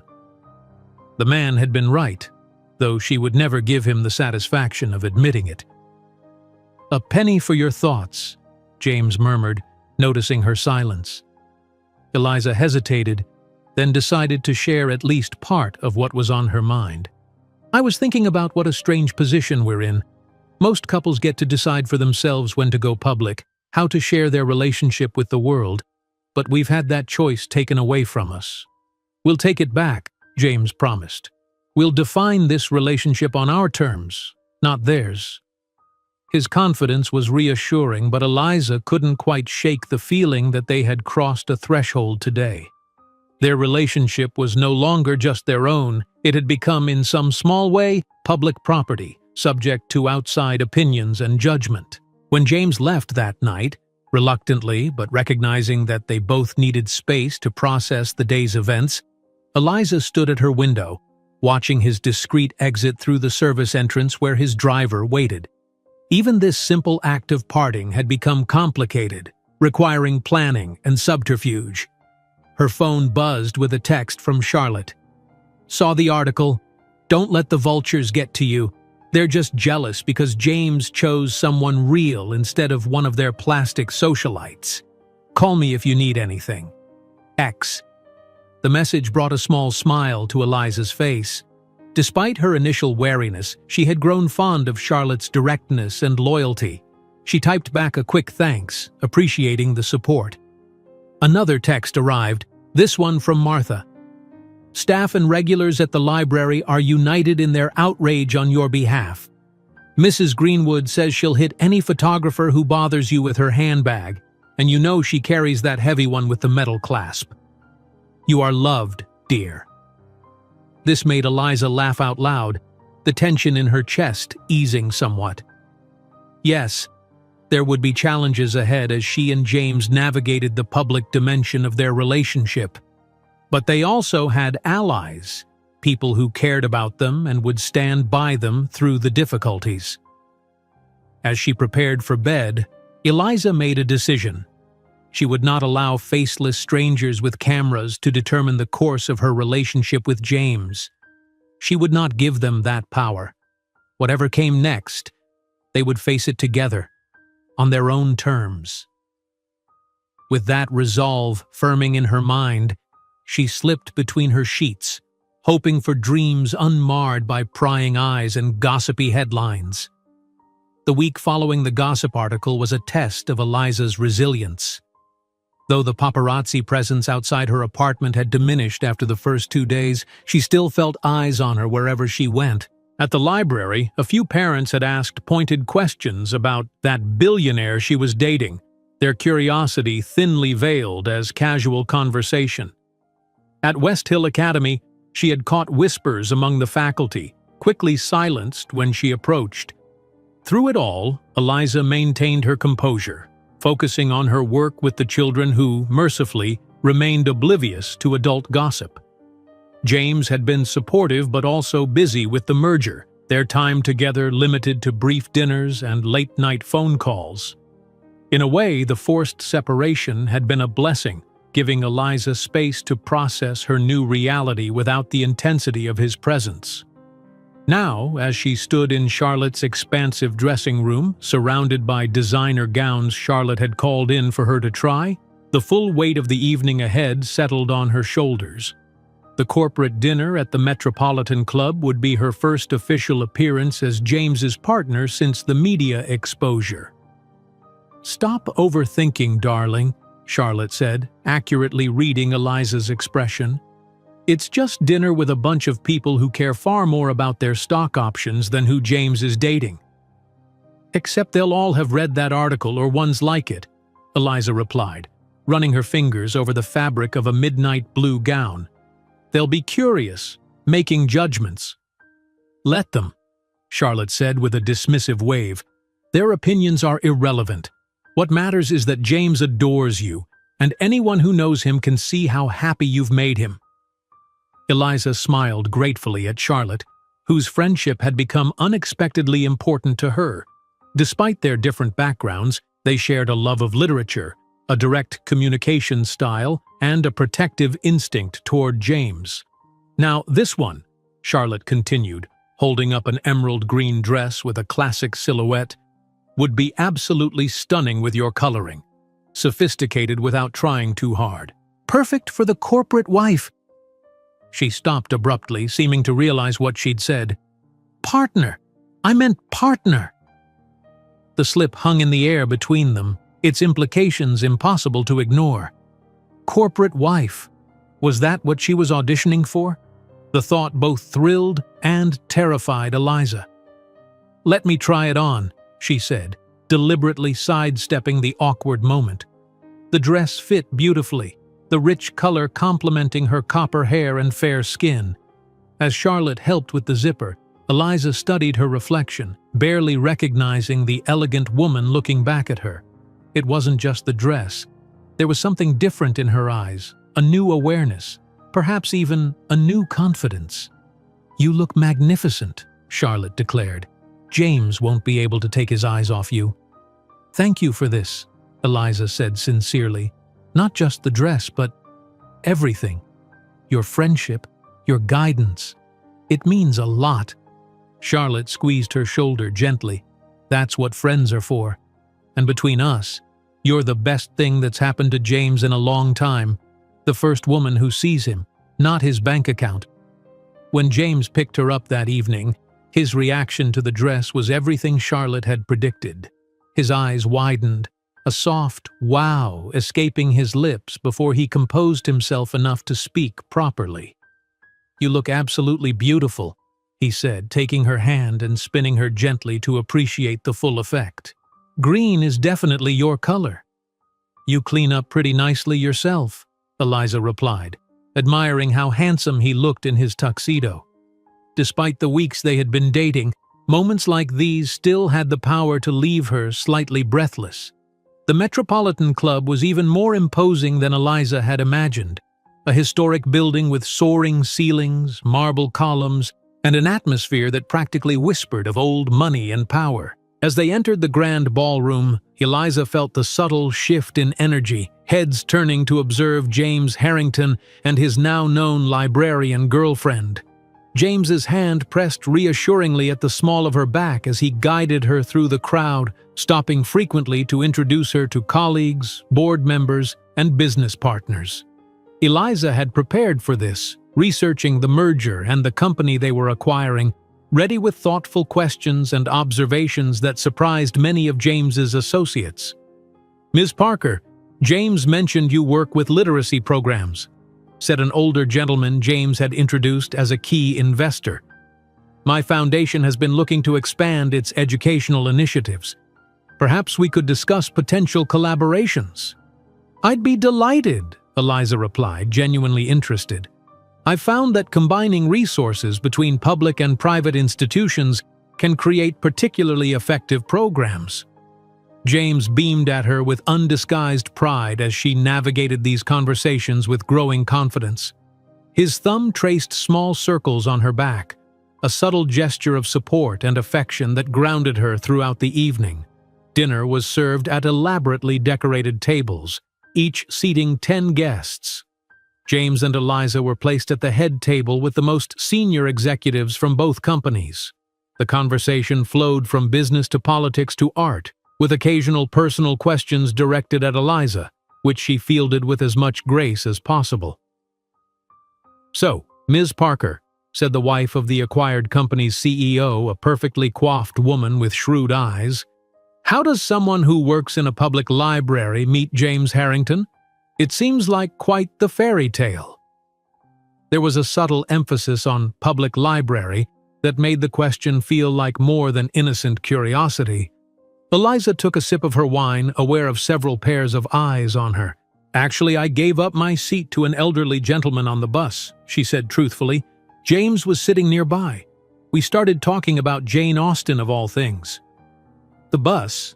the woman repeated, her eyebrows rising. "How charming." "I find public transportation quite democratic," James interjected smoothly. "You meet all sorts of interesting people, including occasionally someone who changes your life." His gaze on Eliza was warm, a public declaration of his feelings that made her cheeks flush.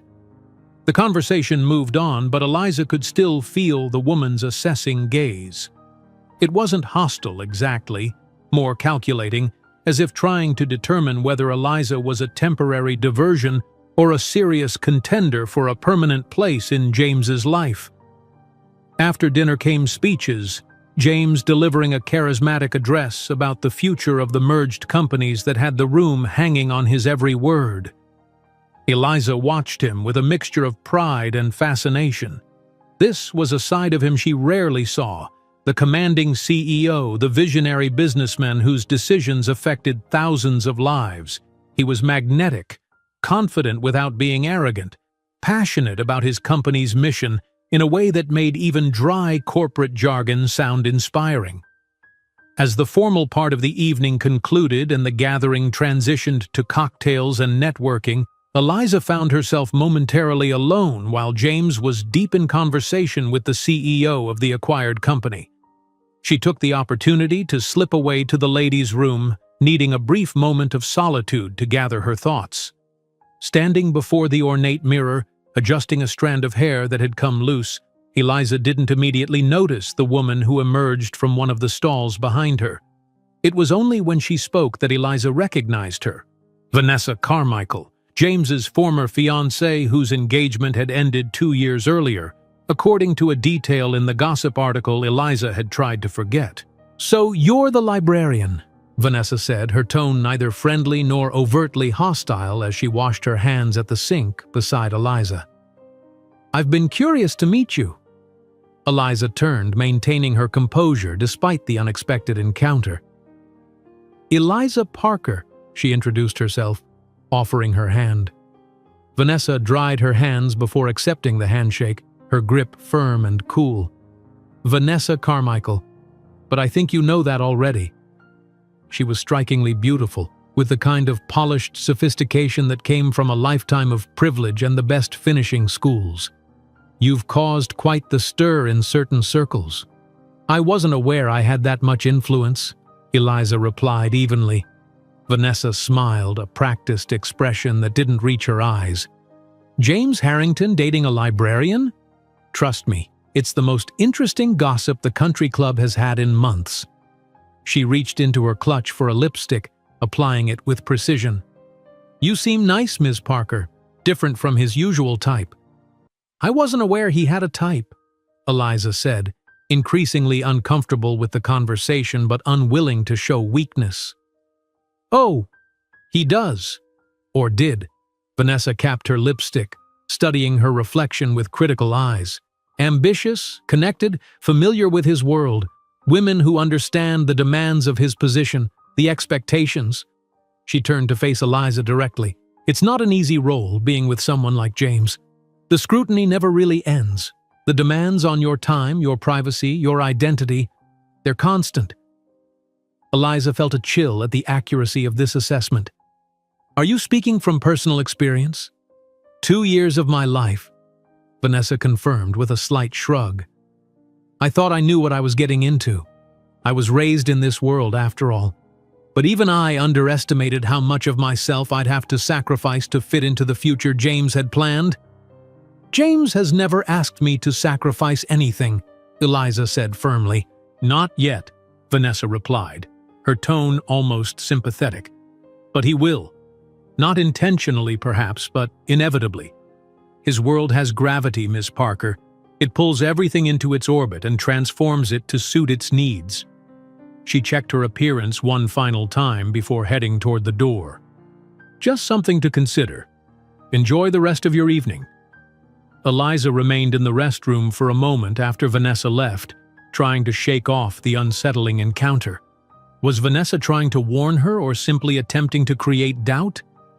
Either way, her words had hit uncomfortably close to the concerns Eliza herself had been harboring.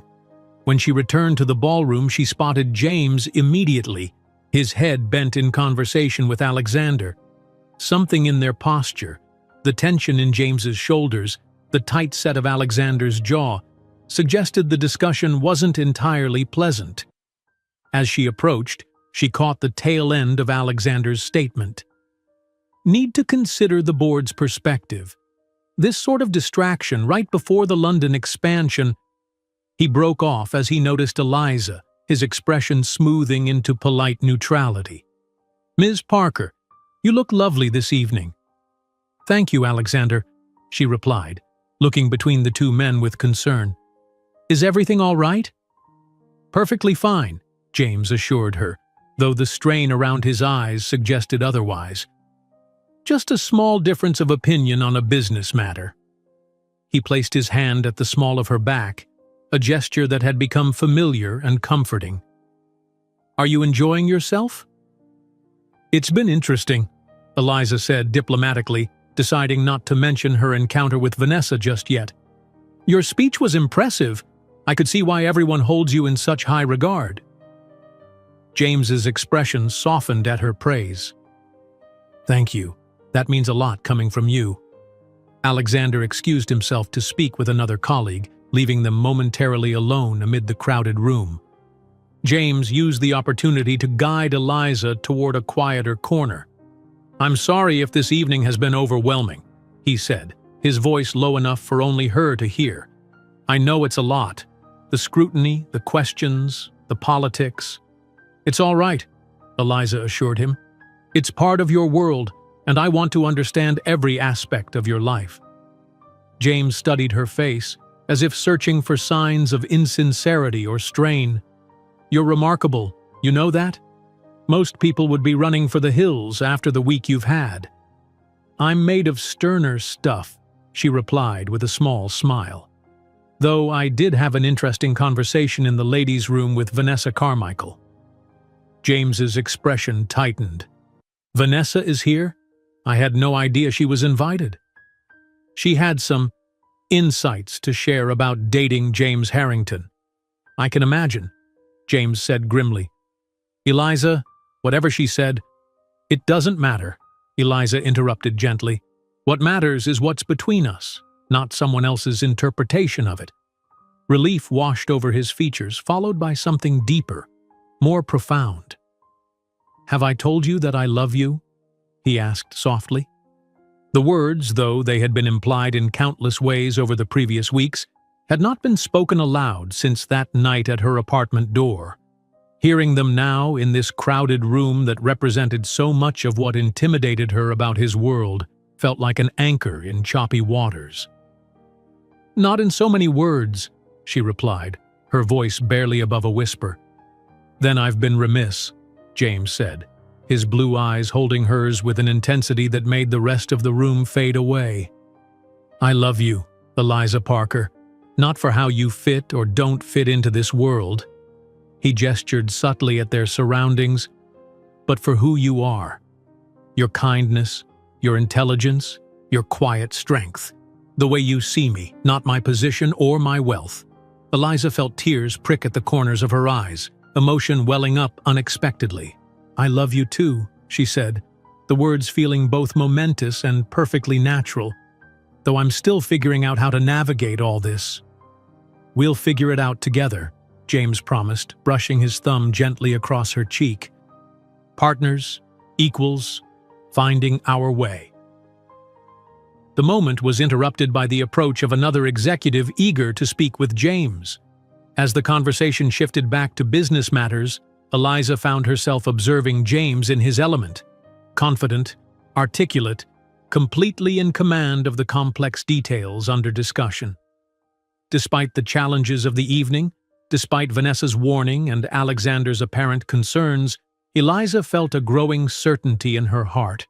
She loved this man, not despite the complications his world presented, but as a complete package. The brilliant CEO and the thoughtful person who quoted Jane Austen and valued kindness above all else. Whatever obstacles lay ahead, they would face them together. It wouldn't be easy merging their different worlds into a shared life, but tonight had shown her it was possible. She could stand in this rarefied air and remain true to herself, could love James Harrington without becoming a mere accessory to his powerful persona. As the evening drew to a close and they prepared to leave, James kept her close, his hand warm against hers, a physical manifestation of the connection they had forged against unlikely odds. The looks they received, curious, assessing, occasionally envious, no longer bothered Eliza quite as much. Let them look, she thought. Let them wonder what brought the CEO and the librarian together. She and James knew the truth, and ultimately, that was all that mattered. In the weeks following the corporate dinner, Eliza and James settled into a rhythm that blended their worlds with surprising ease. Weekday evenings often found James at Eliza's apartment, his laptop open as he finished urgent emails while she prepared simple meals in her tiny kitchen. Weekends might include a fundraising event from his world or a trip to the farmer's market from hers. They were building a shared life, piece by careful piece. Eliza's position at West Hill Academy had expanded beyond its initial scope, her innovative literacy program gaining attention not just within the school but in wider educational circles. Meanwhile, she maintained her role at the public library, refusing to abandon the community she had served for years despite the increasing demands on her time. The media interest in their relationship had faded to a manageable level. Occasional photographs when they attended public events, the odd reference in business profiles of James, but nothing that disrupted their daily lives. Eliza had even developed a cordial relationship with James's PR team, who appreciated her discretion and natural dignity. On this particular Sunday morning, they were enjoying a rare lazy day at James's penthouse apartment, a space Eliza had initially found intimidating with its floor-to-ceiling windows, museum-quality art, and cutting-edge technology that controlled everything from lighting to temperature with voice commands. Over time, however, she had begun to leave her mark on the sterile perfection. A throw blanket here, a stack of books there, small touches that made the space feel more lived in. James was reading the Sunday paper while Eliza finished her second cup of coffee, her legs tucked beneath her on the plush sofa. The domesticity of the moment struck her suddenly, how comfortable they had become in each other's spaces, how natural it felt to wake up beside him to share these quiet moments. "You're staring," James observed without looking up from his paper, a smile playing at the corners of his mouth. "Just appreciating the view," Eliza replied lightly. James set down the financial section, his expression turning more serious. "I've been thinking," he began, reaching for her hand. "You've been spending more and more time here. Half your wardrobe has migrated to my closet. Your favorite books are on my shelves." Eliza's heart skipped a beat, sensing where this conversation was heading. "That's true," she acknowledged cautiously. "What would you think about making it official? Moving in together?" James asked, his tone casual though his eyes revealed the importance of the question. This place is certainly big enough for both of us, and the commute to both the library and West Hill would be manageable. The prospect was both thrilling and daunting. Living together would be a significant step forward in their relationship, yet it would also mean leaving the apartment that had been her sanctuary after Michael's death, the space where she had rebuilt her life and found her independence. "I'm not suggesting you give up your apartment right away," James added, accurately reading her hesitation. "You could keep it for as long as you need, use it as an office or just a place to retreat when you need space." His consideration touched her deeply. "You'd be okay with that arrangement? It seems unnecessarily complicated." James shrugged, squeezing her hand gently. "What's important to me is that you feel secure, never trapped. I want you to move in because you want to share your life with me, not because it's more convenient or economical." "When you put it that way," Eliza said with a smile, "it's hard to say no." She leaned forward to kiss him softly. "Let me think about the logistics, but yes, I'd like to move in with you." James's face broke into a radiant smile, the kind that still made her heart flutter after months together. "Really? You're sure?" "I'm sure that I love you," Eliza said, cupping his face with her palm, "and I'm sure that I want to build a life with you. The details are just details." Their celebratory mood was interrupted by the insistent buzz of James's phone. He glanced at the screen with a frown. "It's Alexander. On a Sunday morning, it must be important." "V?" he answered with a terse, "What's happened?" Eliza watched as his expression transformed from mild annoyance to intense concentration. She could hear only James's side of the conversation, terse questions, muttered expletives, rapid-fire instructions. When he finally ended the call, his face was grim. "There's a situation with the London expansion. A key investor has pulled out unexpectedly, and there are rumors of regulatory issues we weren't aware of. I need to go into the office." "Of course," Eliza said, already rising to clear their coffee cups. "Do what you need to do." James stood, running a hand through his hair in a gesture of frustration she had come to recognize. "I'm sorry about this. I know we had plans for the day." "Plans can be rescheduled," Eliza assured him. "This sounds serious." "It is," James confirmed. "Potentially very serious. This expansion is crucial for our European strategy. If it falls apart..."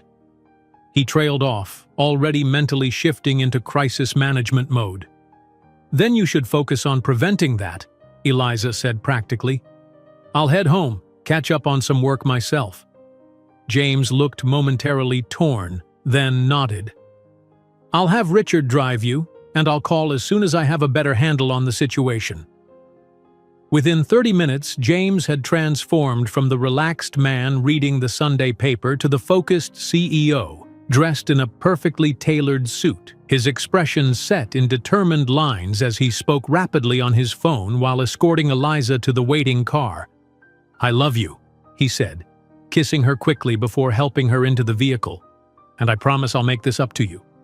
"There's nothing to make up," Eliza replied. "Go save your expansion. I'll be here when you're done." As Richard drove her back to her apartment, Eliza reflected on the sudden shift in their day. This was the reality of loving someone in James's position. Crises didn't respect weekends or personal plans. She understood that, accepted it as part of the package. Yet she couldn't help feeling a twinge of something like loneliness at how quickly their intimate morning had been replaced by corporate urgency. The London crisis proved more severe than initially thought. What was supposed to be a few hours of James's Sunday expanded into days of intense negotiations, emergency board meetings, and sleepless nights. Eliza saw him only in brief intervals, late-night visits where he was too exhausted for real conversation, early morning coffees before he rushed back to the office. On the fourth day of the crisis, Eliza was at West Hill Academy, meeting with teachers about implementing the next phase of her literacy program when her phone vibrated with a text from James. "Need to fly to London tonight. Regulatory situation requires in-person handling. Will call when I can. I'm so sorry." Eliza stared at the message, a hollow feeling settling in her stomach. It wasn't the trip itself that bothered her. She understood the necessity, but the growing distance she felt, not just physically, but emotionally. James had been so consumed by the crisis that they'd barely spoken about anything meaningful in days, certainly not about their plans to move in together or anything beyond the immediate business emergency. "Everything all right?" asked Dr. Winters, noticing Eliza's distraction. "Just a change of plans," Eliza replied, tucking her phone away. "Where were we?" She focused on the meeting with professional determination, but part of her mind remained on James, flying across an ocean, pulled further into a world where she had no place, no role to play. That evening, alone in her apartment, Eliza tried to lose herself in a book, but the words refused to hold her attention. The phone call she had been hoping for came just after midnight, James's voice sounding tired but resolute. "I've just landed," he said. "It's absolute chaos here. The Regulatory Commission has concerns about market monopoly, and our primary UK investor is getting cold feet because of Brexit uncertainties." "How long do you think you'll need to stay?" Eliza asked, pulling her blanket tighter around her shoulders.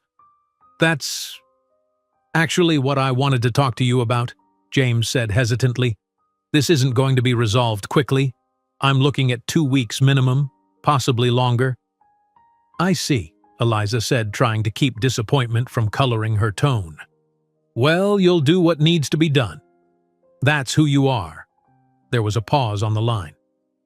"I was hoping you might consider joining me," James said finally. "Not right away. I'll be in meetings constantly for the first week. But after that, London is beautiful in the fall. We could have some time together in between my obligations." The invitation surprised her. "What about my work? The library? West Hill?" "It would just be for a week or so," James said. "Surely they could manage without you for that long? I've already checked with Margaret about arranging the flights, accommodations. All you'd need to do is say yes." Eliza felt a flicker of irritation at his presumption, coupled with guilt for feeling that way when he was clearly trying to include her. "I'd need to think about it. Check with my supervisors. It's not as simple as just deciding to take off for a week." "Of course," James said quickly. "I understand. It was just a thought. I miss you already, and I've only been gone a few hours." Her irritation softened at the genuine longing in his voice. "I miss you too," she admitted. "Let me see what I can arrange." They spoke for a few minutes more before James had to go, another crisis meeting before he could even check into his hotel. After they disconnected, Eliza sat in the quiet of her apartment, torn between competing emotions.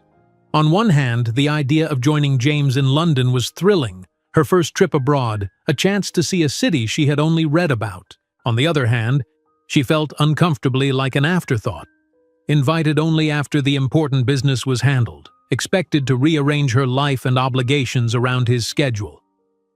She was still mulling over these thoughts the next day at the library when Martha found her reorganizing the children's section with unusual intensity. "You're shelving those picture books like they've personally offended you," Martha observed dryly. "Want to talk about it?" Eliza sighed, setting down the stack of books. "James is in London dealing with a business crisis. He's asked me to join him there next week." "That sounds wonderful," Martha said, though her expression suggested she sensed complications. But he just assumed I could rearrange my life on a moment's notice, that my work, my commitments aren't as binding or important as his." The words came out in a rush, revealing the heart of her frustration. Martha considered this thoughtfully. "Did he actually say that?" "No," Eliza admitted. "He was very sweet about it, actually. Said he missed me." "And do you want to go? Setting aside the logistical challenges?" "Of course I do," Eliza said without hesitation. "I've never been to London, and I miss him too. It's just that you're afraid of setting a precedent," Martha finished for her. "That if you drop everything this time, it becomes the expectation." "Exactly," Eliza said, relieved that her friend understood. "I want to be supportive, but I also need him to understand that my work matters too. even if it doesn't involve billion-dollar deals." Martha nodded wisely. "Then tell him that. And for what it's worth, I think you should go. The children's section will survive without you for a week, and so will those privileged kids at West Hill. But relationships need nurturing, especially long-distance ones, even temporarily."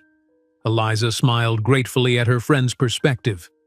"When did you get so wise about relationships?" 43 years of marriage, dear," Martha replied with a twinkle in her eye. "You learn a thing or two about compromise and priorities." That evening, Eliza called James, catching him as he was finishing another marathon day of negotiations. "I've arranged things at work," she told him. "I can come next week, from Tuesday to Sunday." "That's wonderful," James said, his voice warming with genuine pleasure. "I've been dealing with the most insufferable bureaucrats all day, and this is the first good news I've had." "There's something I need to say, though," Eliza continued, determined to express her earlier misgivings.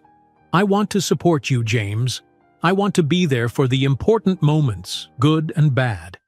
But I need you to remember that my work is important too. Not on the same scale as yours, perhaps, but significant to me and to the people I serve." There was a brief silence on the line. "You're absolutely right," James said finally, his tone contrite. "I was presumptuous, and I apologize. Your work is important, and I should have approached this as a conversation, not a foregone conclusion." His willingness to acknowledge her concern without defensiveness reaffirmed what Eliza loved about him. "Thank you for understanding," she said softly. "Now tell me what I should pack for London in the fall." The conversation shifted to lighter topics: weather forecasts, tourist attractions they might visit, the elegant hotel suite James had arranged. By the time they said goodnight, Eliza felt more settled, more confident in their ability to navigate the complexities of their different worlds and responsibilities. As she began to prepare for her first international trip, pulling her rarely used suitcase from the back of her closet, Eliza reflected on how far she had come from the widow standing at a rainy bus stop just months earlier. Life had taken an unexpected turn, bringing challenges she never anticipated, but also joy she had thought might never return after Michael's death. Whatever awaited her in London, whatever awaited them as a couple navigating these uncharted waters, she would face it with an open heart and clear eyes, determined to find that elusive balance between supporting James's dreams and honoring her own. The private jet was nothing short of luxurious, with buttery leather seats, polished wood accents, and a flight attendant who treated Eliza like visiting royalty. Despite James's assurance that this was simply the most practical way to get her to London, the company plane was already making the trip to bring over additional executives. Eliza couldn't help feeling like an imposter in this rarefied world of extreme privilege. "Ms. Parker, we'll be landing at Heathrow in approximately 30 minutes, the attendant informed her with a warm smile. "Mr. Harrington has arranged for a car to meet you at the private terminal." "Thank you," Eliza replied, setting aside the novel she'd been attempting to read. Her mind was too full of competing emotions to focus on fictional characters. Excitement at seeing James after a week apart. Anxiety about navigating yet another aspect of his world that was completely foreign to her.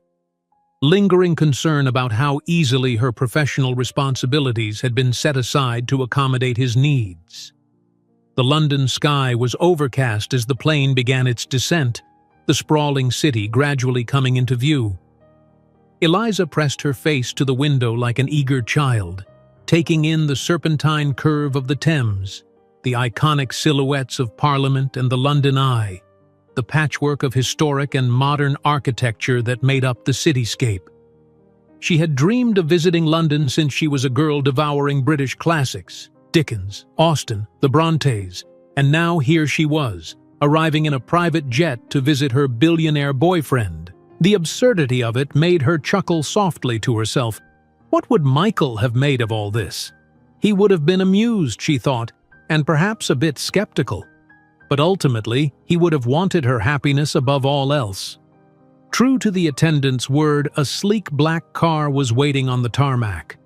The driver, a dignified older gentleman with a crisp British accent, greeted her by name and efficiently handled her modest luggage before holding the door for her.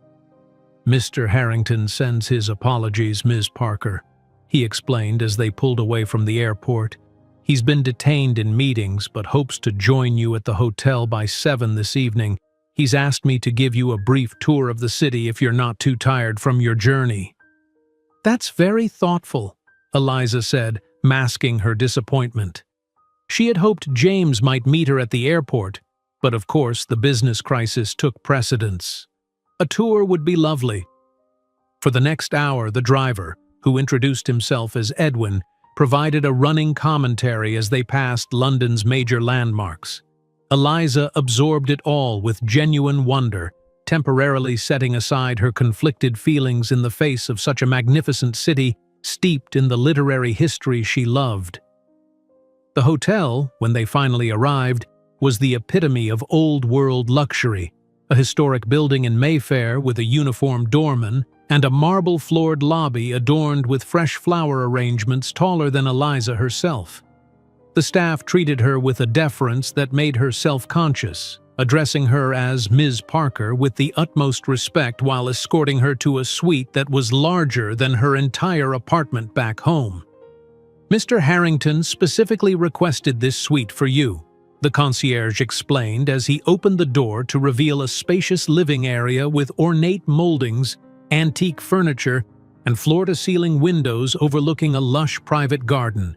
"It's one of our most requested accommodations, particularly favored by guests who appreciate privacy and a view of the gardens rather than the street."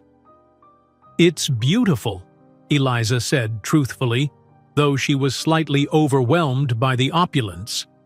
"Your luggage will be brought up immediately," the concierge continued.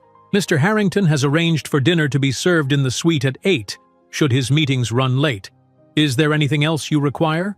"No, thank you. This is more than sufficient." Left alone, Eliza wandered through the suite, taking in the elegant bedroom with its canopied king-size bed, the marble bathroom with a soaking tub that could comfortably fit two, the small study equipped with a writing desk positioned to capture the garden view. On the desk, she found a handwritten note in James's distinctive script. "Eliza, my love, I'm counting the minutes until I can see you. London has been a battleground this past week, but having you here will make it infinitely more bearable. I've arranged for a few surprises during your stay. The first should arrive shortly after you do. All my love, James." As if on cue, there was a gentle knock at the door. When Eliza opened it, she found a hotel staff member holding a large, flat box tied with a silk ribbon and another bearing an arrangement of roses in a shade of deep copper that matched her hair perfectly. "Delivery for Ms. Parker," the first attendant announced, presenting the box with white-gloved hands.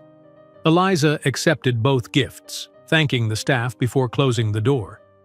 Setting the flowers on a side table, she carefully untied the ribbon on the box. Inside, nestled in tissue paper, was an elegant evening gown in a shade of deep blue that reminded her of the night sky. Along with it was a smaller box containing a delicate silver necklace set with what appeared to be actual sapphires. Another note in James's handwriting read simply, "For tomorrow night's gala at the Victoria and Albert Museum. Only if you feel comfortable. No pressure." Eliza sat down on the edge of the bed, the gown spread across her lap, feeling a complex mixture of emotions. The gifts were undeniably thoughtful and beautiful.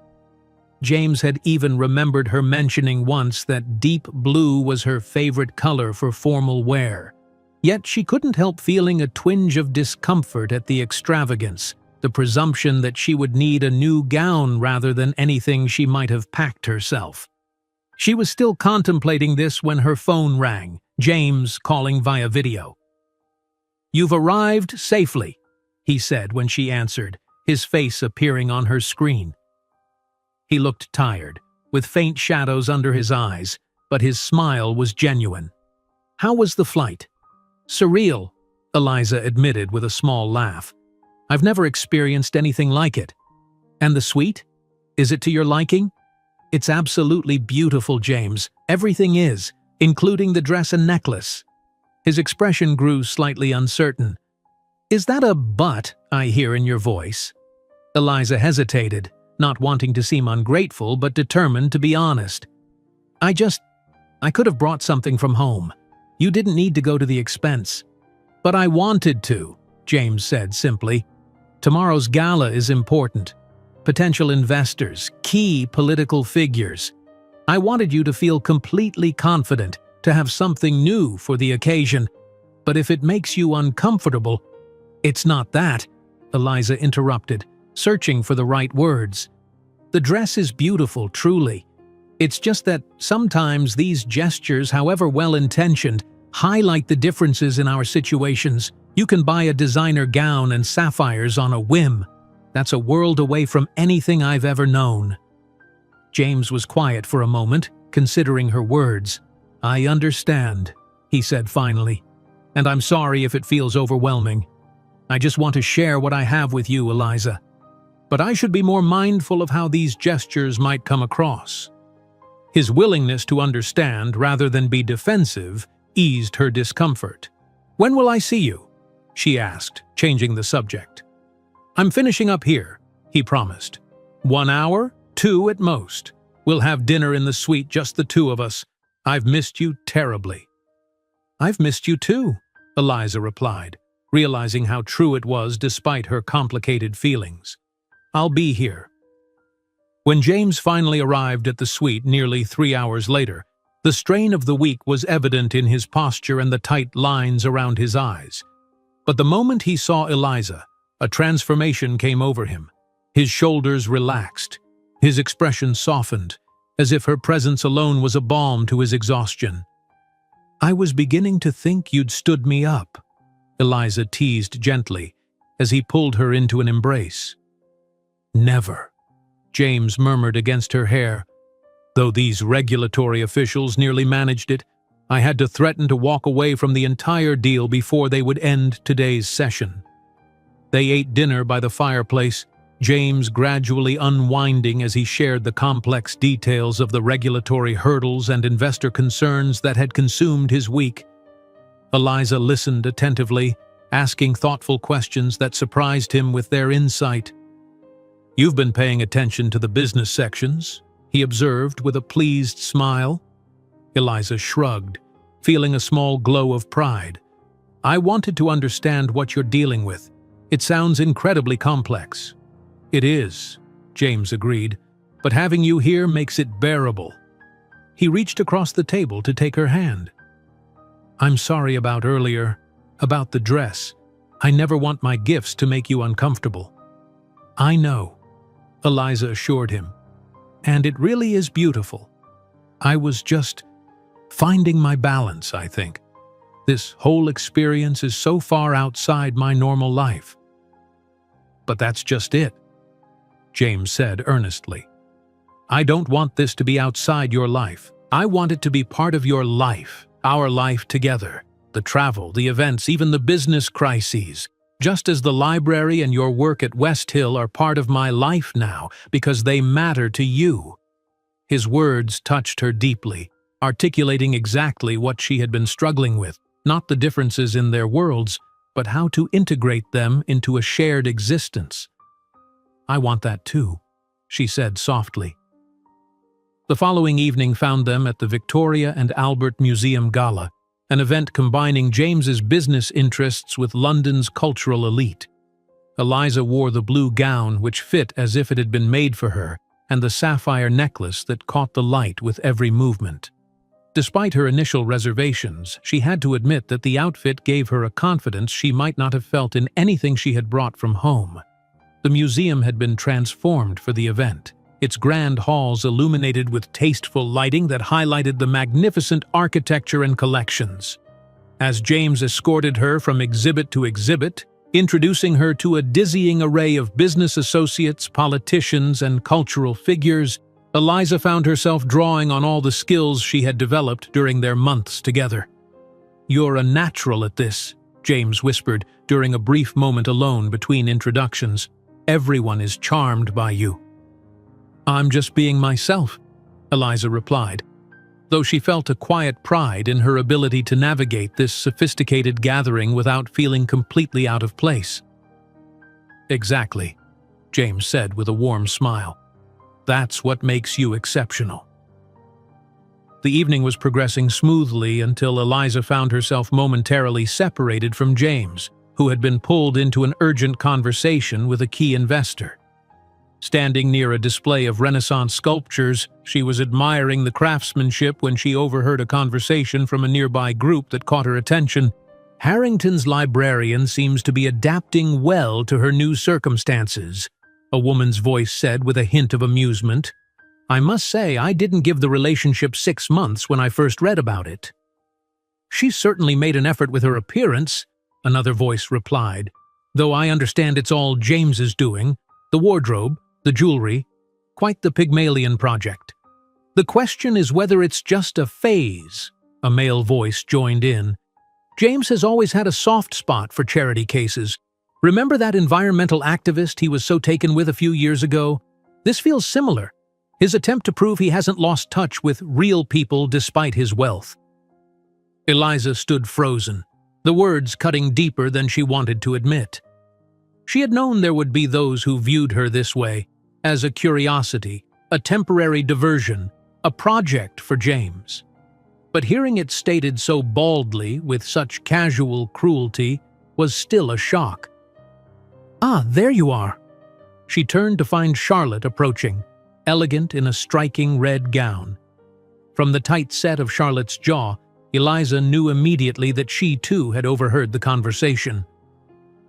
"I've been looking everywhere for you," Charlotte continued loudly enough for the gossiping group to hear. "James is about to give his address and he wanted you by his side."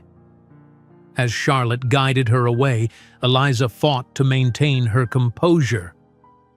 "How much did you hear?" she asked quietly. "Enough to want to pour my champagne over their designer clothes," Charlotte replied grimly. "Ignore them, Eliza. They're bitter, irrelevant people who can't stand seeing James genuinely happy with someone who isn't from their toxic little circle." "But what if they're right?" Eliza couldn't help asking. "What if this is just a phase for him? A Pygmalion project that he'll eventually tire of?" Charlotte stopped walking, turning to face Eliza directly. "I've known James for over 20 years, she said firmly. "I've seen him with society women, with models, with corporate climbers. I have never, not once, seen him look at anyone the way he looks at you.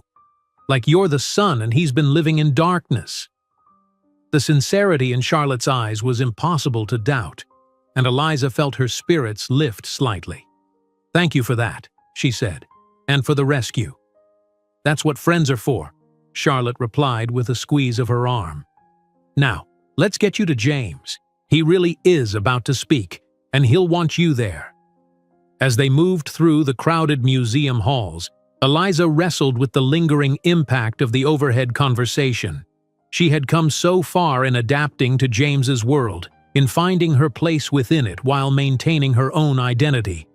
But perhaps the greatest challenge wasn't the practical differences in their lives or even the public scrutiny. It was believing, truly believing, that she belonged at his side not despite their differences but because of the unique perspective and values she brought to his life. By the time they reached the central hall where James was preparing to address the gathering, Eliza had composed herself outwardly. But inside, new doubts had taken root, ones that would require more than Charlotte's reassurances to fully dispel. James's speech to the gathered elite was masterful, confident without arrogance, passionate about the cultural importance of institutions like the Victoria and Albert Museum, while deftly weaving in references to the business opportunities his company's London expansion would create. Throughout his address, his gaze frequently found Eliza in the crowd as if drawing strength from her presence. To the outside observer, she appeared the perfect supportive partner, smiling attentively, applauding at the right moments. But inside, the overheard conversation churned like acid in her stomach. Charity case, Pygmalion Project. Just a phase. The words overlaid every interaction for the remainder of the evening, causing her to scrutinize each glance, each whispered comment, looking for confirmation that others viewed her the same way. James sensed something was wrong during the car ride back to the hotel. "You've gone quiet," he observed, reaching for her hand in the darkness. "Was it too overwhelming? I know these events can be exhausting." "It was fine," Eliza replied, summoning a smile that didn't quite reach her eyes. "Just tired from all the socializing. You were wonderful up there." "Because you were there," he said, squeezing her hand. "Having you in the room makes all the difference." His sincerity only deepened her disquiet. Did he truly not see the incongruity of their relationship, or was he, as those cruel voices suggested, simply enjoying the novelty of transforming an ordinary librarian into someone who could move in his world? Back in their suite, as James loosened his tie and described the progress made with key investors during the gala, Eliza found herself standing before the ornate mirror in the bedroom, studying her reflection. The elegant gown, the sapphire necklace, the sophisticated updo Charlotte's stylist had created for her, they were like a costume she had donned for a play, a character she was portraying rather than her true self. "Eliza?" James appeared in the doorway, his expression concerned. "What's going on? You've barely said a word since we left the museum." She turned to face him, suddenly finding it impossible to maintain the pretense of everything being fine. "I overheard some people talking about us tonight," she said, her voice steadier than she expected. "About me, specifically." James's expression darkened immediately. "What did they say?" "That I'm your charity case, your Pygmalion Project." She swallowed hard. "That I'm just a phase you're going through to prove you haven't lost touch with real people." "Who said this?"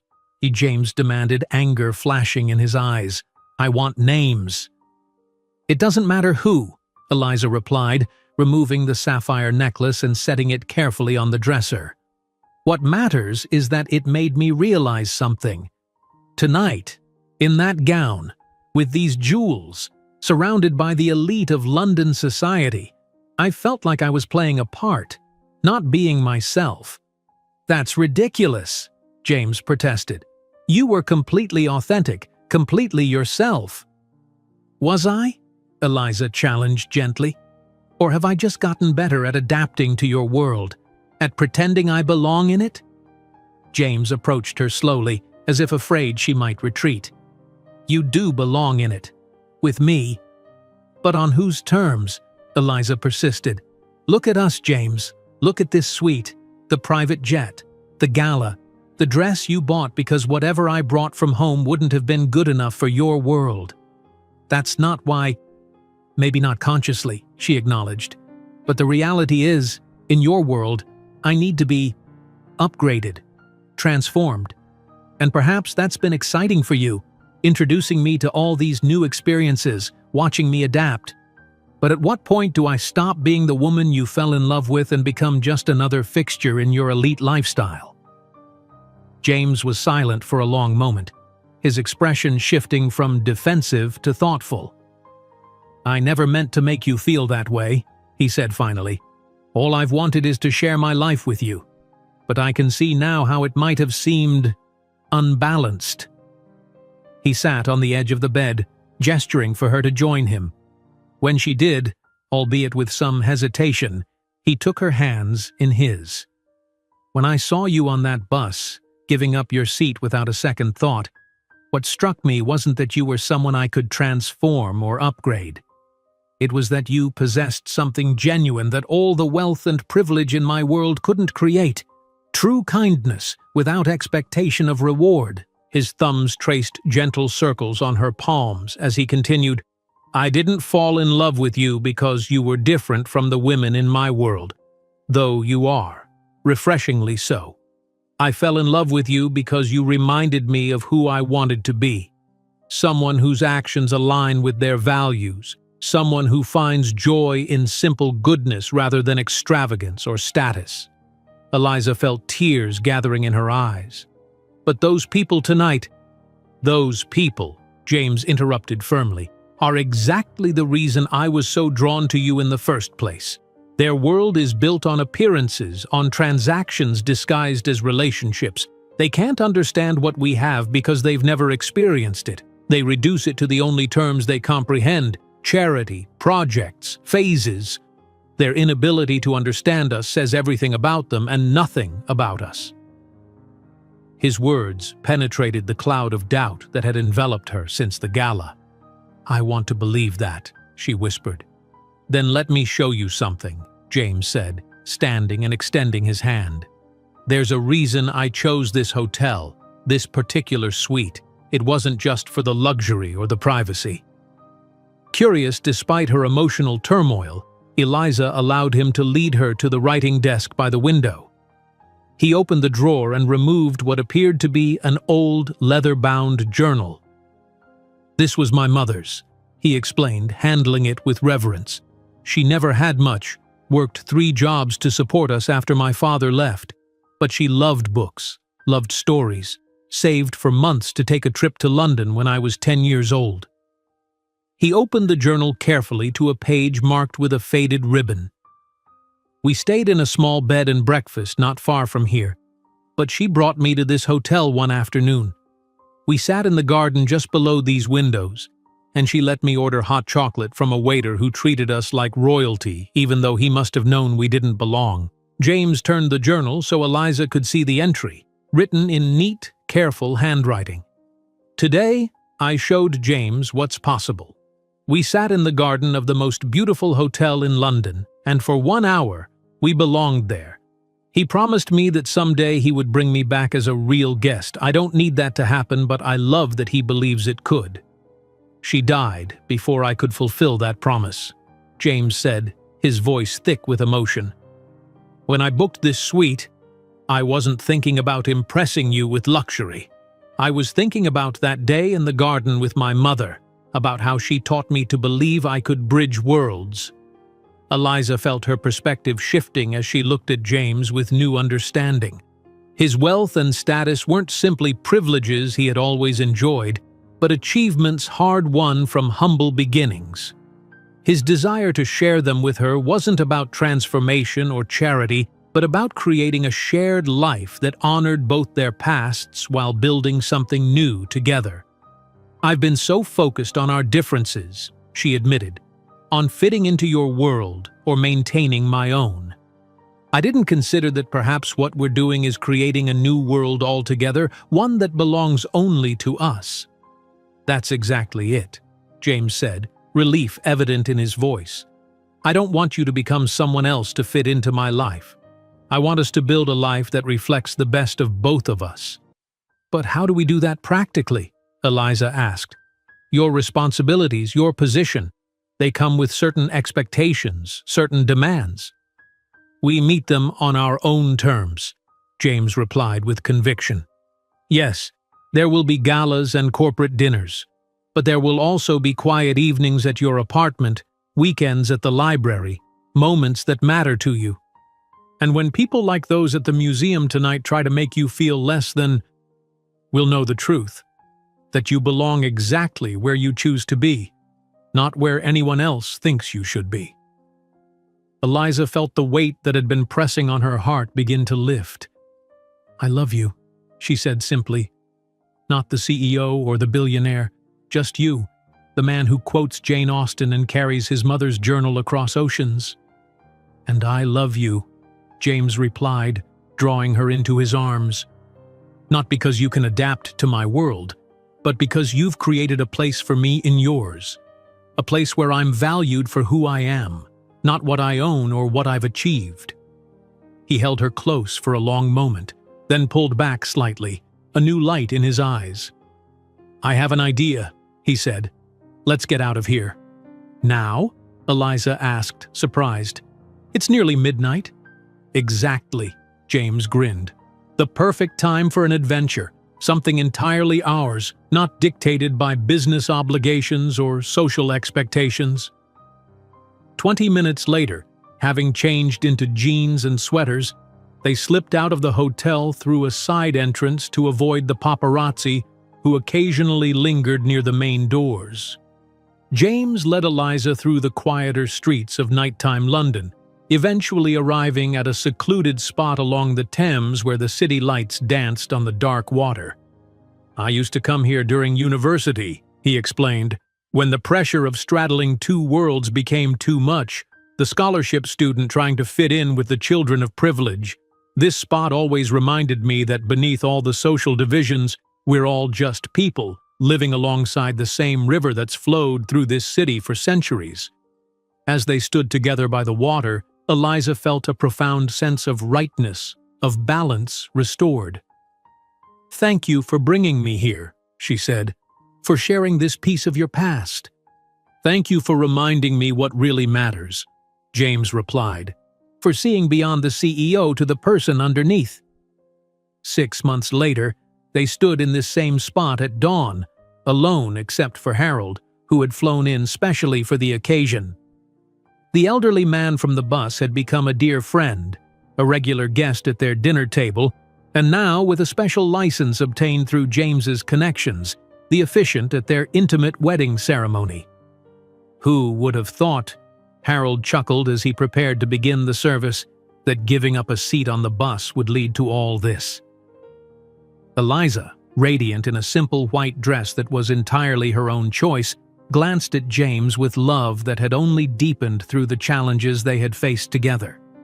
They had found their balance over the intervening months, a life divided between his penthouse and her apartment, which she had insisted on keeping as a place where neighborhood children could come for additional reading help, between gallery openings and story time at the library, between board meetings and quiet evenings with books.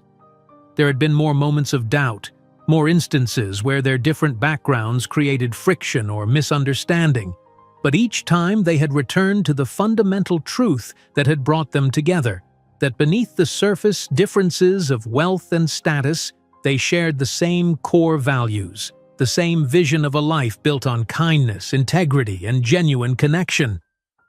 "When I met you on that bus," James said as they exchanged vows of their own writing, "I was searching for someone who would see me, not my position or my wealth. What I found was so much more, someone who would challenge me to be better, who would remind me daily of what truly matters in this world." "When I gave up my seat that rainy day," Eliza responded, her voice steady despite the emotion welling in her chest, "I was simply doing what felt right in the moment. I had no idea that simple act would lead me to you, to a love that honors who I've been while embracing who we can become together." As the sun rose fully over the Thames, casting a golden light on the city they had both come to love, Harold pronounced them husband and wife. James kissed Eliza with a tenderness that spoke of promises kept and adventures yet to come, of two different worlds that had found a way to become one shared life. Later, at a celebration that seamlessly blended elegance with warmth, bringing together corporate executives and library volunteers, childhood friends and new allies, James raised a toast to his bride. "To Eliza," he said, his eyes never leaving hers, "who taught me that the most important seat anyone can offer is the one beside them for the journey ahead." In that moment, surrounded by the community they had built together, Eliza knew with absolute certainty that she had found her place, not in James's world or even in her own, but in the beautiful, complex, sometimes challenging space they had created between the two. A space where a CEO and a librarian could be simply two people who loved each other completely, for exactly who they were. If you enjoyed today's video, I'm sure you'll love the next one. Don't waste time. Just click on the screen.